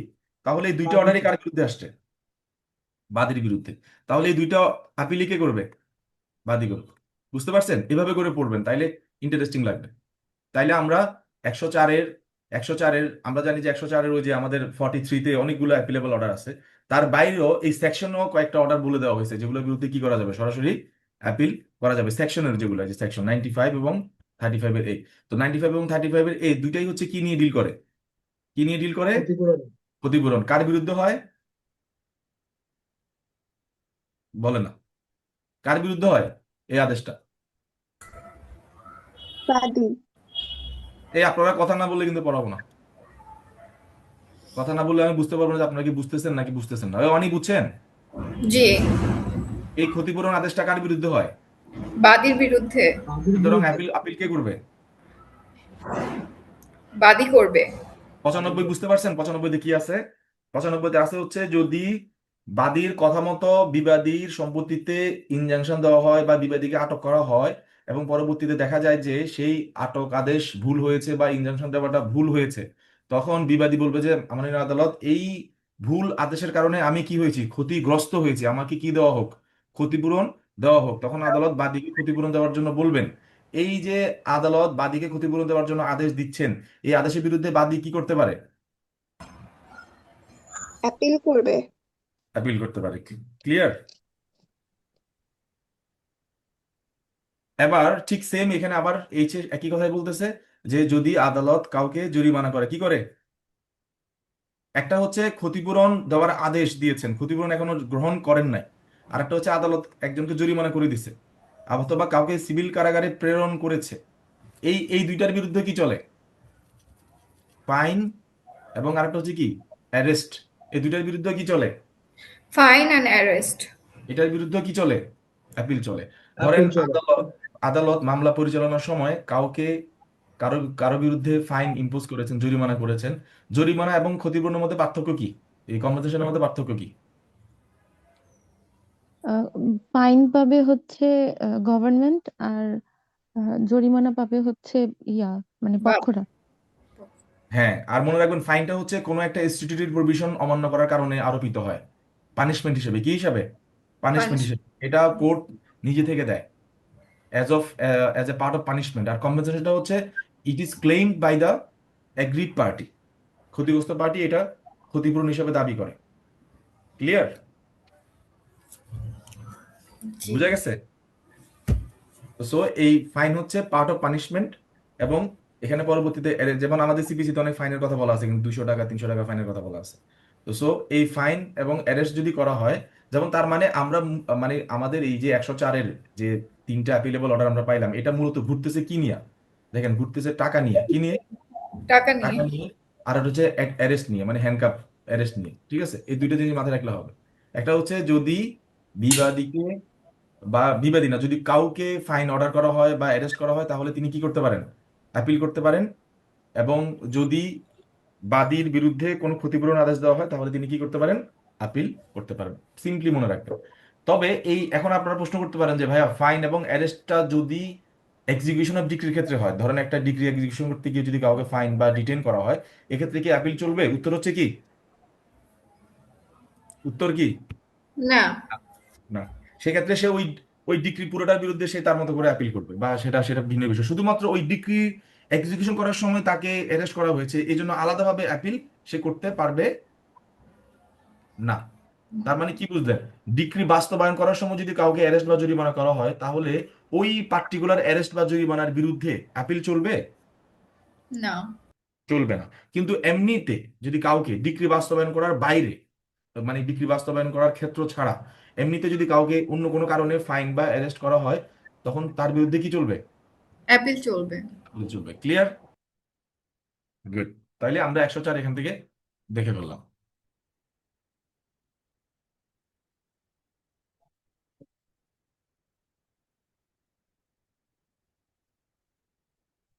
এখানে আর তেমন কোনো কিছু নাই। এবার আমরা চলে আসবো 107-এ।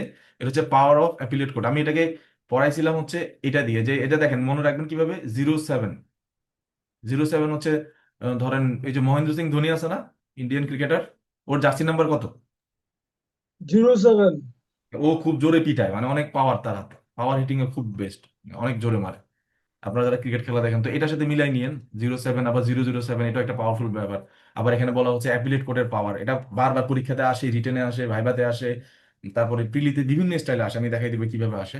তো এটাকে আমরা একভাবে মনে কিভাবে রাখবো, সবাই খাতার মধ্যে লেখেন FIRE, ফায়ার। মানে ফায়ারও তো এক ধরনের পাওয়ার নাকি? ফায়ার এক ধরনের পাওয়ার না?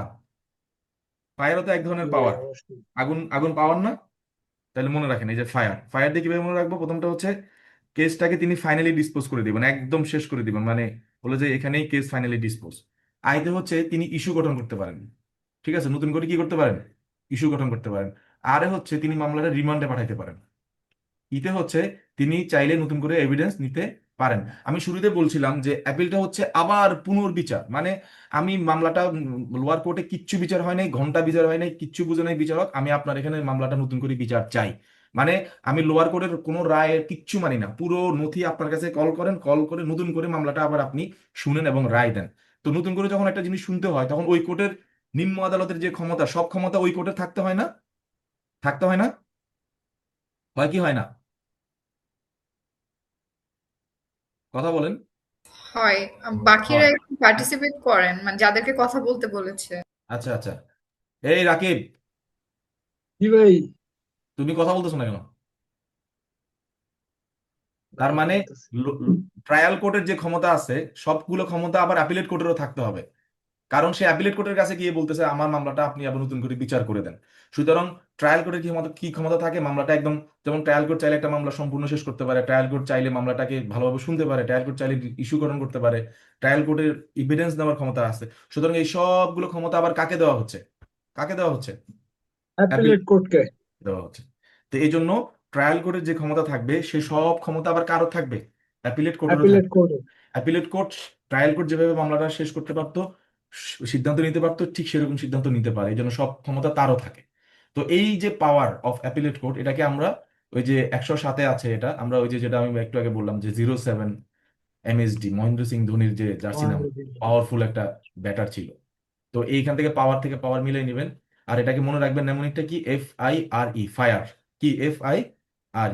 আর এখানে ABCD ভাবে কোনো লজিক্যালি মনে রাখা দরকার নাই, জাস্ট কি আছে এটা মনে রাখলেই হবে। তাহলে এফ এ কি, এফএফআই ফাইনালি ফাইনাল ডিটারমিনেশন, মানে ফাইনালি মামলাটা শেষ করে দিবেন। আইতে কি, ইস্যু সেমি ইস্যু ফ্রেম করা।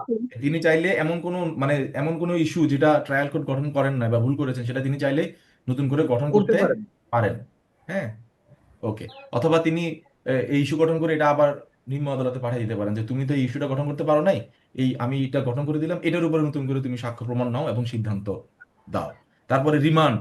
রিমান্ড মানে কি, ওনার কাছে যখন মামলাটা যাবে, উনি মামলাটাকে যেখানে যেখানে মানে সমস্যা, ধরেন বিষয়টা আমি আপনাকে বলি, আপনি ধরেন একটা টেইলার, আপনি একটা জামা সেলাই করলেন কিন্তু সেখানে ভুল করে ফেললেন, কিন্তু আপনার যিনি কাটিং মাস্টার আছে তার কাছে এটা পাঠিয়ে দিবেন, সে বলবে যে তুমি এই এই জায়গায় এটা একটু ঠিক করে ফেলো, সে ওই কোডটা আবার আপনার কাছে পাঠিয়ে দিবে, তখন আপনি এটাকে আবার সেলাই করে ফেলেন। বিষয়টা এইরকম। বা মানে এটা হচ্ছে উপরের বসের কাছে পাঠানো, বস আবার বলবে যে তুমি এই এই জায়গায় ঠিক করো, করলেই জিনিসটা ঠিক হয়ে যাবে। এটাকে বলে রিমান্ড, মানে ফেরত পাঠানো। এটা আমরা সামনে পড়াবো। ধরেন উচ্চ আদালত মামলাটা পুরোপুরি শুনলো না, কিছুই করলো না, উনি কয়েকটা জায়গায় মামলাটা ডিফেক্ট ছিল, সেই ডিফেক্টটা কি করে দিল, ঠিক করে দিল, বললো যে এখানে ইস্যুটা গঠন করে দিবা, এই জায়গায় নতুন করে সাক্ষ্য নাও, এই সাক্ষীদেরকে ডাকো, এগুলো উনি ওনার মতো করে একটা ইনস্ট্রাকশন দিয়ে মামলাটা আবার রিটার্ন করে দিবেন টু দা ট্রায়াল কোর্ট, যেখান থেকে মামলাটা আসছে। এই রিটার্ন করে দেওয়ার নাম হচ্ছে কি, রিমান্ড। এটার নাম হচ্ছে কি, রিমান্ড। এই রি রি মনে রাখবেন, রিমান্ড, রিটার্ন, ঠিক আছে? বা জি। আবার সেখানে পাঠানো বা রিটার্ন পাঠানো। ওকে, তাহলে মামলাটা যখন যে কোর্ট থেকে অ্যাপিল হয়েছে সেই কোর্টে আবার ফেরত যাবে, এটাকে আমরা কি বলি, রিমান্ডিং আ কেস। কি বলি, রিমান্ডিং। রিমান্ডিং আপিল। কারণ আমরা সাধারণত শুনে আসছি যে ক্রিমিনাল মামলাতে রিমান্ড থাকে, ওই রিমান্ডও কিন্তু সেম, যে ফেরত পাঠানো, মানে থানা থেকে আসছে আবার থানায় পাঠানো, রিমান্ড। তো ঠিক তেমনি করে ধরেন সিভিল জাজের কোর্ট থেকে আপিল করলো ডিস্ট্রিক্ট জাজের কোর্টে, ডিস্ট্রিক্ট জাজ সেখানে কিছু কিছু জায়গায় সমস্যা পাইছে, সেগুলো সমস্যাগুলোকে আইডেন্টিফাই করে তার মতো করে একটা অবজারভেশন দিয়ে সেটাকে আবার সেই সিভিল জাজের কোর্টে পাঠাই দিল, এটাকে কি বলা হচ্ছে, রিমান্ড। মানে রিমান্ড কেস। সিভিল কোর্টের রিমান্ড। ওকে, তারপরে ইস্যু, যেটা আমরা যে সরি আই তো গেল এবারে ইতে হচ্ছে কি, যে এই এই জায়গাটায় এভিডেন্স তুমি নেই, ইস্যু গঠন করলা, বাট তুমি তো এই এই ইস্যুগুলোর ভিত্তিতে কি নাও নাই, এভিডেন্স নাও নাই। তাহলে তুমি বলো তুমি এই এই ইস্যুগুলোর ভিত্তিতে নতুন করে এভিডেন্স নাও। এখন একটা জিনিস আপনাদেরকে বলি, সেটা হচ্ছে আমরা এভিডেন্স আগে নেই নাকি ইস্যু গঠন আগে করি, বলুন তো? আগে কি করি, আগে ইস্যু গঠন করি। আগে সুগঠন ইস্যু করি করা। এখন তারপরে আমরা বলি মামলাটা চলবে কিনা, মামলাটা তামাদি দিতে বাধিত কিনা, বাদী দখলে আছে কিনা, এই মামলা তারপরে এই মামলায় কোনো আইনগত বাধা আছে কিনা, অত্রাকার এই মামলা চলতে পারে কিনা, এই আমি 1 2 3 4 5 এই এই 5টা ইস্যু গঠন করলাম। এই 5টা ইস্যুর উপর ভিত্তি করে আমি কি নিব আমি এভিডেন্স। এভিডেন্স। এভিডেন্স নিব। ক্লিয়ার, বুঝা গেছে? তো তার মানে তখন দেখা গেল যে আমি এটার উপর এভিডেন্স নিলাম, এটার উপর এভিডেন্স নিলাম, এটার উপরে নিলাম, এটার উপর নিলাম, কিন্তু এটার উপরে কোনো এভিডেন্স আমি নিলাম না। তখন উচ্চ আদালত দেখলো যে এই নিম্ন আদালত 4টা ইস্যুর উপরে সাক্ষ্য প্রমাণ নিয়েছে, বাট একটা ইস্যুতে সে একদম চুপ, কোনো সাক্ষ্য প্রমাণ নেয় নাই বা পার্টিরা দেয় নাই। যেখানে সাক্ষ্য প্রমাণ নিলে মামলাটার সিদ্ধান্ত ডিফারেন্ট হতে পারতো, তিনি এই জায়গাটাকে আইডেন্টিফাই করে আবার এটাকে কোথায় কোথায় পাঠাই দিবেন, এই যে কোথায় পাঠাই দিবেন, ব্যাক পাঠাই দিবেন। তাইলে এখানে অনেক কিছু হইতে পারে। উনি নতুন করে ইস্যু গঠন করতে পারেন, নতুন করে এভিডেন্স নিয়ে, অথবা এমন হতে পারে যে অ্যাপিলেট কোর্ট বললো যে আচ্ছা এটা নিম্ন আদালতে না পাঠায় আমি এভিডেন্সটা নিয়ে নিই, তিনি সেটা করতে পারেন। অথবা উনি বললেন যে না, আমি সিনিয়র কোর্ট, আমার তো সময় নাই, আমি এটা নিম্ন আদালতে পাঠাই দিই, তুমি এভিডেন্সটা নিয়ে নাও। তাহলে তখন কোথায় যাবেন, তিনি রিমান্ডে যাবেন, মানে রিমান্ড ফেরত পাঠাই দিবেন। অথবা উনি বললো যে আচ্ছা ঠিক আছে, আমি ইস্যুটা গঠন করে দেই, তুমি ওই ইস্যুর ভিত্তিতে এভিডেন্সটা নিয়ে নাও, তিনি সেটাও করতে পারেন। মানে উনি চাইলে এই তিনটাই করতে পারেন, উনি চাইলে যে কোনো একটাও, আইদার অফ দেমও করতে পারেন। ক্লিয়ার, বুঝা গেছে? জি ভাই, বুঝতে পারছি। তাইলে এটা একটু বুঝাই দেন দেখি কে বুঝতে পারছেন। তিশা বলুন তো কি বুঝছেন এখান থেকে?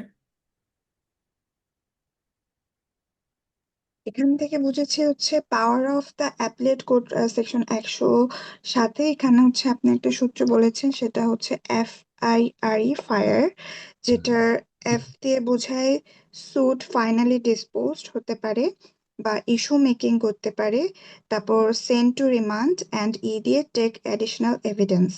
হুম এক্ষেত্রে যেটা আর সেটা হচ্ছে সেন্ড টু রিমান্ড। এক্ষেত্রে যে স্যুট অফ ফার্স্ট ইনস্ট্যান্স ছিল, সে যদি কোনো কিছু মিস করে যায় বা ইস্যু মেকিং করতে কোনো ফল্ট করে, সেক্ষেত্রে court appellate. Of first instance, court of first instance মানে ট্রায়াল কোর্ট। আমরা অত জি, জটিল ভাষায় না গিয়ে বলবো যে ট্রায়াল কোর্ট, মানে যেখানে যে কোর্টের ওকে, রায়গুলো আপিল করা হয়েছে। হ্যাঁ।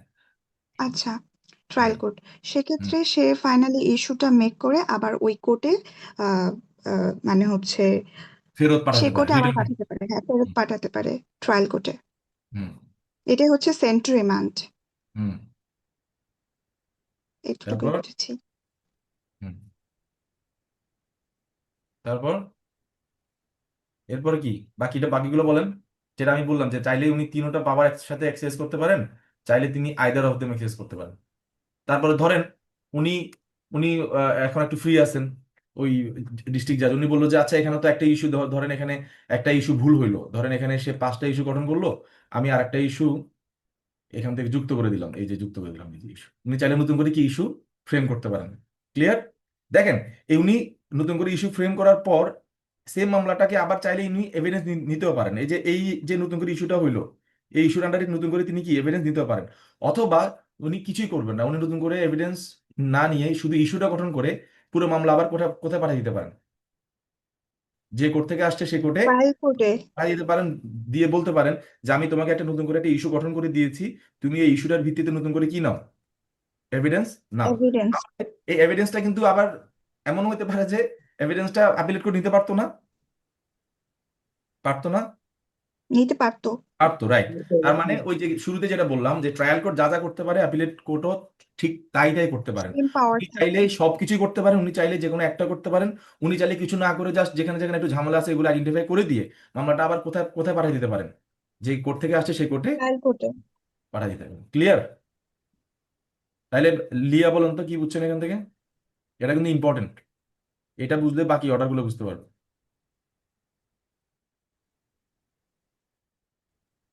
লিয়া আছেন?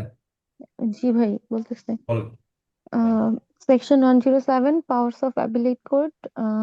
তো এখানে 4টা পাওয়ারের কথা বলা আছে, যে অ্যাপিলেট কোর্ট হচ্ছে একটা স্যুট ফাইনালি ডিসপোজ করতে পারে, বা হচ্ছে আহ, ওই মানে মামলাটার উপরে ইস্যু গঠন করতে পারে, ইস্যু গঠন করে নিম্ন আদালতে ফেরত দিতে পারে, বা নিম্ন আদালত না, সরি, ট্রায়াল কোর্ট আর কি। হুম তারপরে হচ্ছে ওই মানে মামলাটা নিম্ন আদালতের রায়ে যে ডিফেক্ট গুলো আছে ওগুলো ঠিক করে ওইটা আবার রিমান্ড করতে পারে, মানে ওই আদালতে ফেরত পাঠাতে পারে, বা নতুন করে এভিডেন্স নিতে পারে। তো এখানে হুম হচ্ছে অ্যাপিলেট কোর্ট এই যে এফ ছাড়া যে বাকি 3টা পাওয়ার, এই ইস্যু গঠন, রিমান্ড, এভিডেন্স না, এই 3টা পাওয়ার একসাথে এক্সারসাইজ করতে পারে, বা যে কোনো একটাও মানে এক্সারসাইজ করতে পারে। যে এভিডেন্স, ইস্যু গঠন করে এভিডেন্স নিয়ে সে ফেরত পাঠাতে পারে, বা সে নিজেই এভিডেন্স নিয়ে মামলাটা ট্রাই করতে পারে। Very good. ধরেন আমি এই বিটাকে বাদ দিই, মানে উনি মামলাটা ফেরত পাঠালো না, উনি কি করলো, নতুন করে একটা ইস্যু গঠন করলো, যেমন আমি একটু আগে দেখালাম এখানে আপনাদেরকে। ধরেন এটা হচ্ছে নিম্ন আদালতের ইস্যু 1 2 3। তো উনি কি করলেন, নতুন করে হচ্ছে এই যে এখানে একটা 4 নাম্বার একটা ইস্যু তৈরি করলেন, কে করলেন, আপিলেট কোর্ট। এই যে ইস্যু তৈরি করলেন, হ্যাঁ। তো ইস্যু তৈরি করার পরে তিনি সেই ইস্যুর ভিত্তিতে আবার কি নিলেন, এভিডেন্সও নিলেন। তো এখন ইস্যু তৈরি হলো, ওই ইস্যুর ভিত্তিতে তিনি এভিডেন্সও নিলেন, তাহলে এখন এখন কি করবেন বলেন, এই মামলাটা উনি চাইলে কি করতে পারেন, এই যে চলে আসলাম ফাইনালি কি করে দিতে পারেন, ডিসপোজ ডিসপোজ। করে দিতে পারেন। এবার বুঝা গেছে, ক্লিয়ার হয়েছে সবকিছু। এই যে ফাইনালি ডিসপোজাল এখান থেকে আসলো। এখন ধরেন উনি এটাও করলেন না, এটাও করলেন না, এগুলো কিছু করলেন না। উনি যে ধরেন এই কথা কথা কিছু যে ডিফেক্ট ছিল বা ডিফেক্টটাকে যে এখানে ইস্যু গঠন করো, মানে অর্ডার দিচ্ছেন এখন উনি, মানে অ্যাকচুয়াল কাজটা না করে তিনি কি দিচ্ছেন, ইনস্ট্রাকশন দিচ্ছেন যে তুমি এখানে একটা নতুন করে ইস্যু করবা, সেই ইস্যুর ভিত্তিতে তুমি এভিডেন্স নিবা, এটা এটা নিলে তোমার মামলাটা একটা সিদ্ধান্তে আসতে পারবে, এগুলা লিখে তিনি মামলাটা কি করে দিলেন, এই যে পাঠাই দিলেন আবার কোথায়, ট্রায়াল কোর্টে। রাইট? এখন তাইলে এই ট্রায়াল কোর্টে পাঠানোর পরে মামলাটা ফাইনালি ডিটারমিনেশন কে করবে,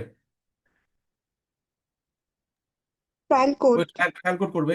কিন্তু অর্ডারের মধ্যে আমরা দেখবো যে অ্যাপিলেট কোর্ট চাইলে এটাও করতে পারে যে ভাই তোমার কাছে আমি যে ইস্যুটা পাঠালাম সেই ইস্যুর ভিত্তিতে এভিডেন্স নিয়ে তুমি মামলাটা আবার আমার কাছে পাঠাই দাও, কারণ রায়টা কে দিব, আমি দিব। বিষয়টা খুব ইন্টারেস্টিং না, খুবই মজা, এরকম খুবই ইজি। মানে অ্যাপিলেট কোর্ট যেভাবে যেভাবে বলে সেভাবে সেভাবে করতে পারবে, কারণ এখন পুরো অথরিটিটা চলে গেছে কার কাছে? অ্যাপিলেট কোর্টের কাছে। তাহলে আশা করি আপনারা বুঝতে পারছেন। ভাই লাস্টের কথাটা আরেকবার বলবেন, মানে মানে রিমান্ডে পাঠানোর পর, রিমান্ডে পাঠানো জিনিসটা কি? মানে একটা হচ্ছে, খেয়াল করেন আমি তো একটু আগে বুঝাইলাম, সেটা বুঝছেন কিনা।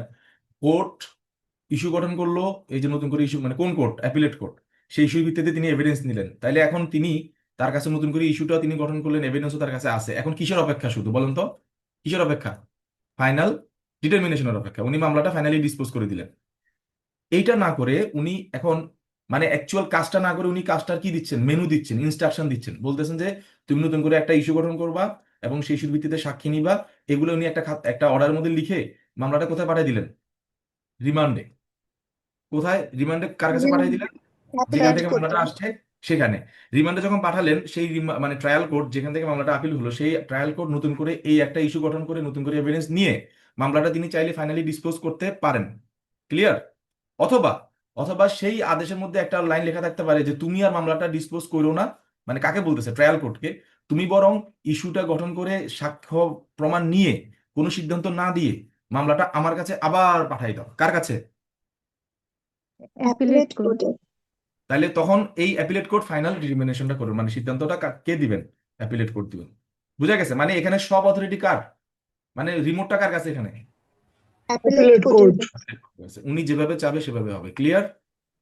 আশা করি একদম সেরাম ক্লিয়ার হয়ে গেছে। তার মানে পাওয়ারস অফ অ্যাপিলেট কোর্ট কিভাবে মনে রাখবো আমরা? নেমোনিকটা কি? হায়ার। ফায়ার।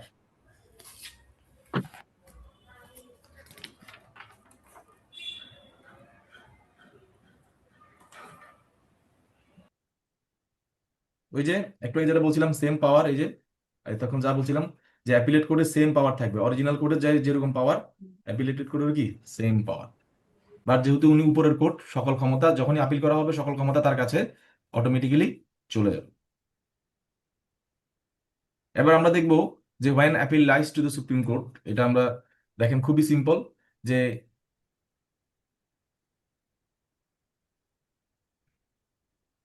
কোথায় বলা হচ্ছে যে কার কার আদেশ থেকে যাবে? হাইকোর্ট ডিভিশনের আদেশ থেকে। কার আদেশ থেকে? সুপ্রিম কোর্ট বলতে আমরা এখানে বুঝাচ্ছি কোন division? Appellate division. Appellate division. Appellate ডিভিশনের কাছে কার আদেশ থেকে যাবে? হাইকোর্ট। হাইকোর্ট ডিভিশন থেকে যাবে। ক্লিয়ার?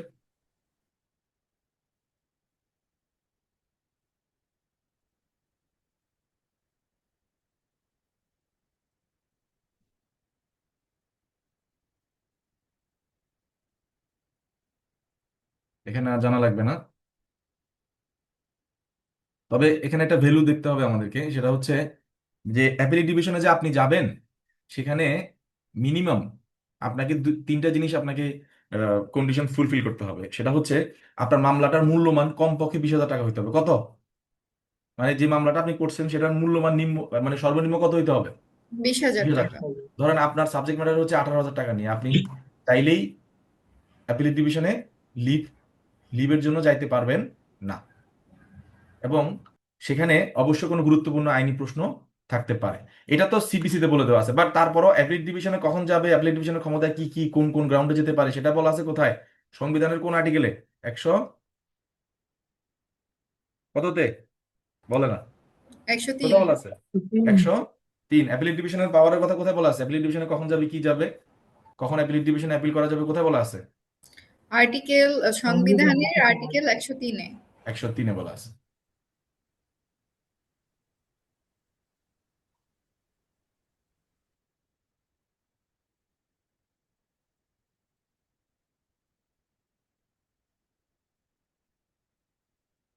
আর অ্যাপিলেট ডিভিশনে ধরেন কথার কথা, এখানে একজন জাজ, এখানে একজন জাজ, দুইজনের দুইটা রায় দিলেন, আপনার একজনের রায় পছন্দ হয় নাই, একক রায়ের বিরুদ্ধে আপিল করা, আপিলেট ডিভিশনে যাওয়া যাবে না। ক্লিয়ার? গেলে দুইজনের রায়ের বিরুদ্ধে যাওয়া যাবে। মানে একটা রায় দুইজন বিচারক দিয়েছেন, আপনি শুধু একজন বিচারকের রায় মানেন না, এক্ষেত্রে আপনি অ্যাপিলেট ডিভিশনে যেতে পারবেন না। অথবা একটা রায় দিয়েছেন যেখানে জজ সাহেব দুইজন ডিফার করছে, একজন বলছে ইয়েস, একজন বলছে নো, এই ক্ষেত্রেও অ্যাপিল করা যাবে না, কারণ এক্ষেত্রে কি হয়, পূর্বের যে ডিগ্রি সেটা কি থাকে, বহাল থাকে। এই একটু আগে যে কথাটা আমি বলছিলাম যে সিপিসিতে তো কিছু কিছু বিষয় ম্যাটার্স আলোচনা করা হয়েছে, তারপরও সবার উপরে যে সুপ্রিম ল আমাদের, সেটা হচ্ছে কি সংবিধান, সেটা হচ্ছে কি সংবিধান। তো বলা হচ্ছে সিপিসিতে যাই বলা থাকুক না কেন, এই সমস্ত ব্যাপারগুলো আর্টিকেল 103 অফ দ্য বাংলাদেশ কনস্টিটিউশনের আন্ডারে অ্যাপিলেট ডিভিশনকে যে ক্ষমতা দেওয়া হয়েছে সেটাকে কোনোভাবে কি করবে না, এফেক্ট করবে না। ক্লিয়ার? তাইলে এখান থেকে আমাদের মোটামুটি মানে সেকশন ওয়াইজ যে অ্যাপিলের যে মানে বিধানগুলো সেগুলো আমরা এখান থেকে জেনে গেলাম। কারো কোনো প্রশ্ন আছে? কারো কোনো প্রশ্ন আছে?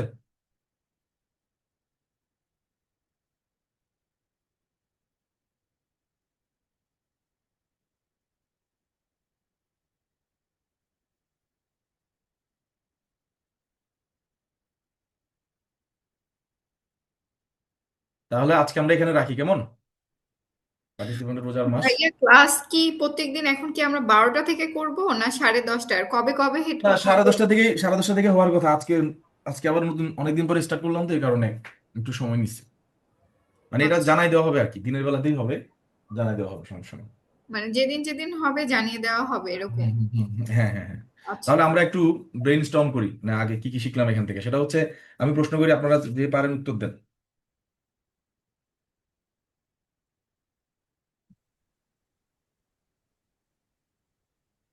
যেমন কনসেন্ট ডিক্রির বিরুদ্ধে আপিল চলে না, কোথায় বলা আছে? Section Order 96 23, Rule 3, Section 96, Rule 3. Very good. যুগ্ম সিনিয়র অ্যাসিস্ট্যান্ট জাজ, সিনিয়র সিভিল জাজের সিদ্ধান্তের বিরুদ্ধে বা রায়ের বিরুদ্ধে যুগ্ম জেলা জজ আদালতে আপিল করা যায়? করা যায়, করা তবে কখন? করা স্পেশাল যায় যখন পারমিশন কোনো লাগে কিছু হাইকোর্ট উত্তর হয় নাই, ডিভিশন। উত্তর হয় নাই, করা যায় না। উত্তর হবে কি, করা যায় না। তবে করা যায় যখন হাইকোর্ট ডিভিশন সরকারের পারমিশন নিয়ে একটা গ্যাজেটের গ্যাজেট মাধ্যমে দিবে। ওই যুগ্ম জেলা জজকে এম্পাওয়ার করবেন। ক্লিয়ার? Yes. ওকে, এবার উত্তরটা বলুন তো আমার মতো করে। নরমালি করা যায় না, তবে হাইকোর্ট ডিভিশন যদি সরকারের অনুমতি নিয়ে গ্যাজেট নোটিফিকেশনের মাধ্যমে ওই জয়েন্ট ডিস্ট্রিক্ট জাজ ক্যাম্প পাওয়ার করে তাহলে করা যায়। Very good. জাজকে না, ওই কোর্টকে, জয়েন্ট জাজ কোর্টকে। Joint district court. হুম। তারপর 5 কোটি টাকার উপরে হইলে জয়েন্ট ডিস্ট্রিক্ট জাজ কোর্টের রায়ের বিরুদ্ধে আপিল কোথায় যাবে? হাইকোর্ট উপরে মানে ডিভিশন। উপরে। হাইকোর্ট খেয়াল করবেন, হাইকোর্ট। এটা মনে রাখবেন কিভাবে জানেন, উপরে মানে উপরে। উপরে মানে কি, উপরে। উপরে মানে উপরে যাবেন। করে। মানে আপনি যেহেতু 5-এর উপরে গেছেন, আপনি এখন যাবেন কোথায়, উপরে যাবেন। উপর মানে কি, হাইকোর্ট। হাইকোর্ট। হুম, ভেরি গুড। যে প্রিলিমিনারি ডিগ্রির বিরুদ্ধে আপিল করে নাই, সে ফাইনাল ডিগ্রির বিরুদ্ধেও আপিল করতে পারবে। পারবে। পারবে। যেখানে দুইজন জাজ ডিফার করছে, একজন বলল যে এটা আপিল চলবে, একজন বলল যে চলবে না, সেক্ষেত্রে ওই মামলার সিদ্ধান্তটা কি হবে? মেজরিটি যে পুনর্গণনা। ডিসিশন নেবে হয় নাই তো, সেটার আমি মেজরিটি না, কোত্থেকে আসছে? যেই রায়টা ছিল সেটা বহাল থাকবে। রাইট, বহাল থাকবে, পুনর্গণনা আগের থাকবে। ডিগ্রি বহাল থাকবে। আর যেখানে 2 বা অধিক জাজ রয়েছেন, এবং সেক্ষেত্রে কোনটা বহাল থাকবে? Majority. Majority decision will prevail.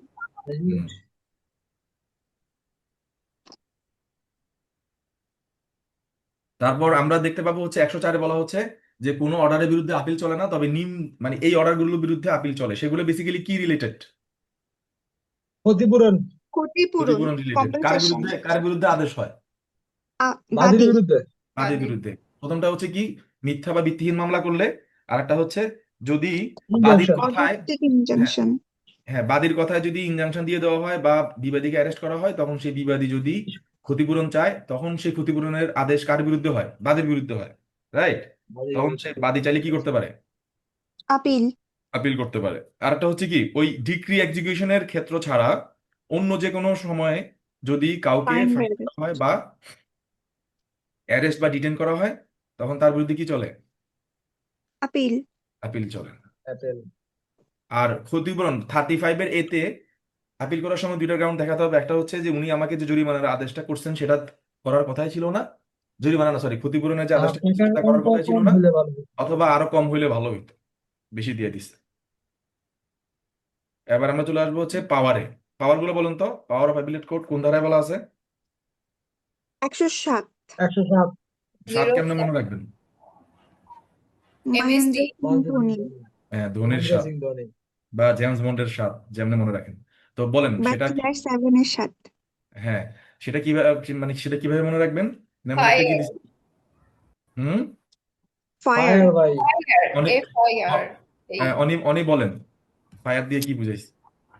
Fire দিয়ে বুঝিয়েছে হচ্ছে আপনার ফাইনালি, আর হচ্ছে ইস্যু।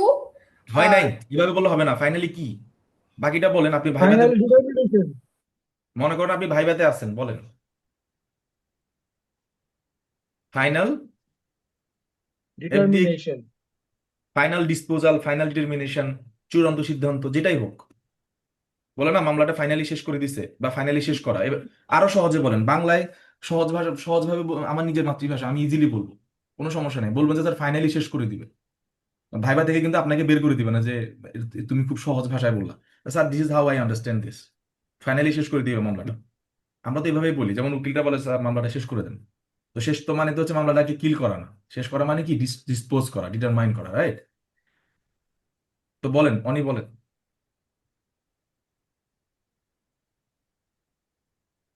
আচ্ছা, ফাইনালি হচ্ছে মামলাটা হচ্ছে আহ, নিষ্পত্তি করা। হুম। নিষ্পত্তি করা, এবং হচ্ছে আচ্ছা, এটা অন্য আইতে কেউ কি? আইতে হচ্ছে ইস্যু। হ্যাঁ, নতুন করে ইস্যু গঠন করতে পারে। আরে নতুন হচ্ছে করে ইস্যু গঠন গঠন করতে পারে, এবং হচ্ছে আহ, আরে হচ্ছে রিমান্ড, যেটা কিনা আপনার যে কোর্ট থেকে মামলাটা আসছে সেই কোর্টে আবার ফেরত পাঠানো। যে কোর্টে আসছে ফেরত পাঠানো, রিমান্ড, এবং যে কোর্ট রিফান্ড। বলবে যে এখানে এখানে এই প্রবলেম গুলা হয়েছে, এগুলা এগুলা এগুলা ঠিক করেন এবং এগুলার ভিত্তিতে সিদ্ধান্ত নেন। সিদ্ধান্ত দেন। হ্যাঁ। হ্যাঁ, আর ইতে হচ্ছে কি? আর এইটা হচ্ছে এভিডেন্স নতুন করে এভিডেন্স নেওয়া। হুম। নেওয়া। হুম। আপনি তো সে কি হয়ে যাচ্ছেন, আপনি শুনেন নাই ভালো মতো লেকচার। ইয়া বলেন, ওই তিশা বলেন, অনেক ভালো করে শুনেন। এখানে ফায়ার বলতে এফ দিয়ে বোঝাইছে সুট ফাইনালি ডিসপোজড, আর হুম। আই দিয়ে হচ্ছে নতুন ভাবে ইস্যু মেক করতে পারবে, আর দিয়ে হুম। বুঝাইছে যে হচ্ছে সেন্ড টু দা রিমান্ড মানে আবার হচ্ছে ট্রায়াল কোর্টে হুম। পাঠাতে পারবে, আর ই দিয়ে হচ্ছে টেক এডিশনাল এভিডেন্স মানে অ্যাপিলেট কোর্টের পাওয়ার থাকবে সে অ্যাডিশনাল এভিডেন্স নেয়ার ক্ষেত্রে। এক্ষেত্রে যে আর দিয়ে সেন্ড টু দা রিমান্ড, এক্ষেত্রে অ্যাপিলেট কোর্ট করতে পারে যে সে নতুন ইস্যু গঠন করে সেটা কোর্ট অফ ফার্স্ট ইনস্ট্যান্স মানে ট্রায়াল কোর্টে পাঠাবে অ্যান্ড বলবে যে আমি নতুন একটা ইস্যু গঠন করে দিয়েছি, এখন বাকিটা তুমি করো, তুমি ফাইনালি ডিসপোজ করো। এটা করতে পারে। বা কোর্ট মানে অ্যাপিলেট কোর্ট চাইলে সে জাস্ট সাজেশন দিতে পারে, মানে কোনো কিছু করলো না, বললো যে তুমি এভাবে এভাবে করতে পারো, করে ফাইনালি ডিসপোজ করে দাও কেসটা। তা এমন করতে পারে অ্যাপিলেট কোর্ট যে আমি তুমি এই মানে হচ্ছে ট্রায়াল কোর্টকে আদেশ দিতে পারে যে তুমি মামলাটা নাও, নিয়ে একটা ইস্যু গঠন করো এবং এগেইন তুমি আমার কাছে পাঠাও, আমি ফাইনালি ডিসপোজ করব হুম। কেসটা। বা এমনও করতে পারে যে সে নতুন ভাবে ইস্যু মেক করলো, করে আবার সে হচ্ছে এভিডেন্স নিল, নিয়ে হচ্ছে ফাইনালি ডিসপোজ করলো, সে হচ্ছে আর ট্রায়াল কোর্টে পাঠালো না। এটা সে করতে পারে, এই কয়েকটা কাজ করতে পারে। Very good. এখানে একটা শব্দ চয়ন খেয়াল রাখতে হবে। কোর্ট, আপিলেট কোর্ট বা যে কোনো কোর্ট কখনো কাউকে সাজেশন করে না। কি করে? আদেশ। কি করে? নির্দেশ দেয়। কি দেয়? নির্দেশ। নির্দেশ। কখনোই মানে সবখানে দেখবেন নির্দেশ দেওয়া হলো, নির্দেশ দেওয়া হলো, this is how court speaks. ধরেন একজন অ্যাসিস্ট্যান্ট জাজ বা সিভিল জাজ, তিনি হচ্ছে ডিসি কে বলতেছে আপনাকে অনুরোধ, বলে না, কি বলে? নির্দেশ। কি বলে? নির্দেশ। নির্দেশ। এই নির্দেশ। এই এই শব্দ চয়ন আর কখনো করা যাবে না। সাজেশন না, এটা হচ্ছে কি? নির্দেশ। যদিও নির্দেশ। যদিও সাজেশনের মতোই শোনায় যে এইটা এটা করো, এটা এটা করলে হবে, বা এটা আমরাও বুঝি যে এটা কাইন্ড অফ একটা সাজেশন, ইনস্ট্রাকশন, বাট ভাষাটা কি হবে? নির্দেশ। নির্দেশ। এটা মাথায় রাখবেন। ওকে। রাকিব বলেন, ফায়ার।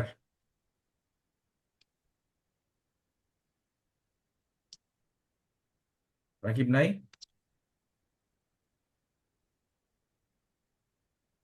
তানিজ আছেন?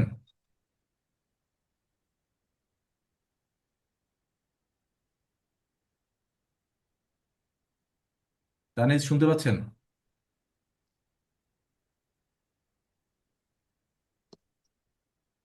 আচ্ছা, ওকে। রাকিব নাই?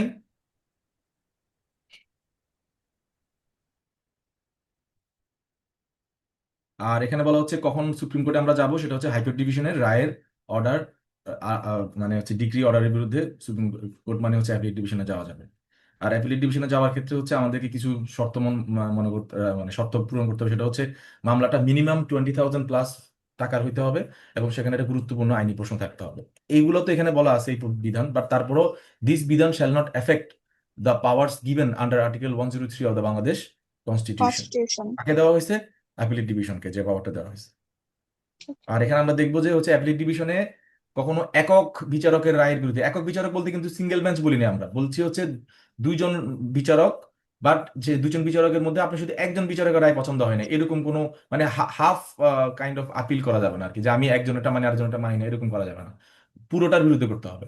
আর আরেকটা হচ্ছে মানে যদি এমন এক্ষেত্রে কোনো কি ভাইয়া, যে একটা কোর্টে গিয়েছি, লাইক হচ্ছে সিভিল কোর্ট, মানে যে কোনো একটা লোয়ার কোর্টে গিয়েছি, তার রায় পছন্দ হয়নি, আবার তার রায় পছন্দ হয়নি, আবার একটা সিনিয়র কোর্টে গিয়েছি, তার রায় পছন্দ হয়েছে, আবার যাই আরেকবার আপিল করতেছি, এমন কি কিছু?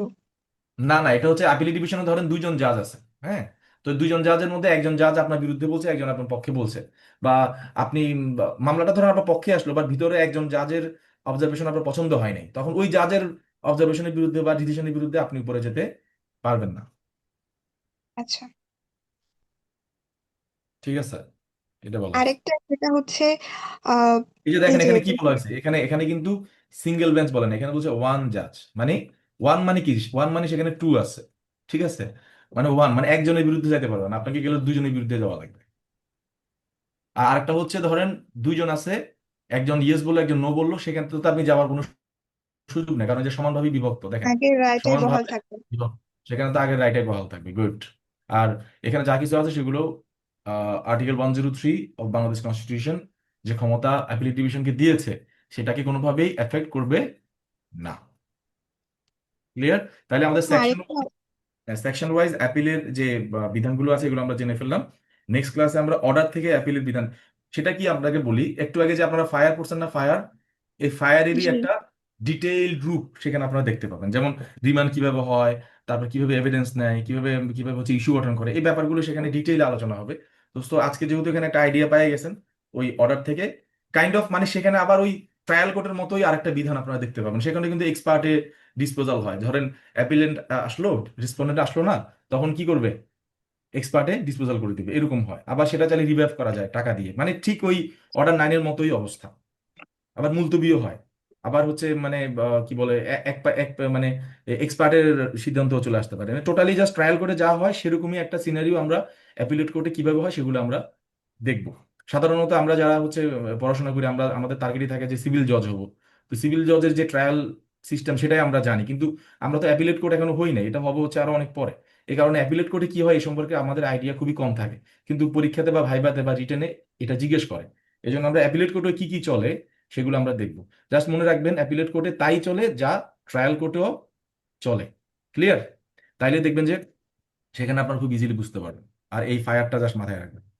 তো তাহলে আজকের ক্লাস এখানেই শেষ করছি। ইনশাল্লাহ পরের ক্লাসের নোটিফিকেশন দিয়ে দেওয়া হবে, সবাই সময়ের মানে হচ্ছে একটু আগে থেকে প্রস্তুতি নিয়ে জয়েন করবেন। ওকে, ঠিক ওকে। আছে, ওকে। ওকে। আসসালামু আলাইকুম। আসসালাম।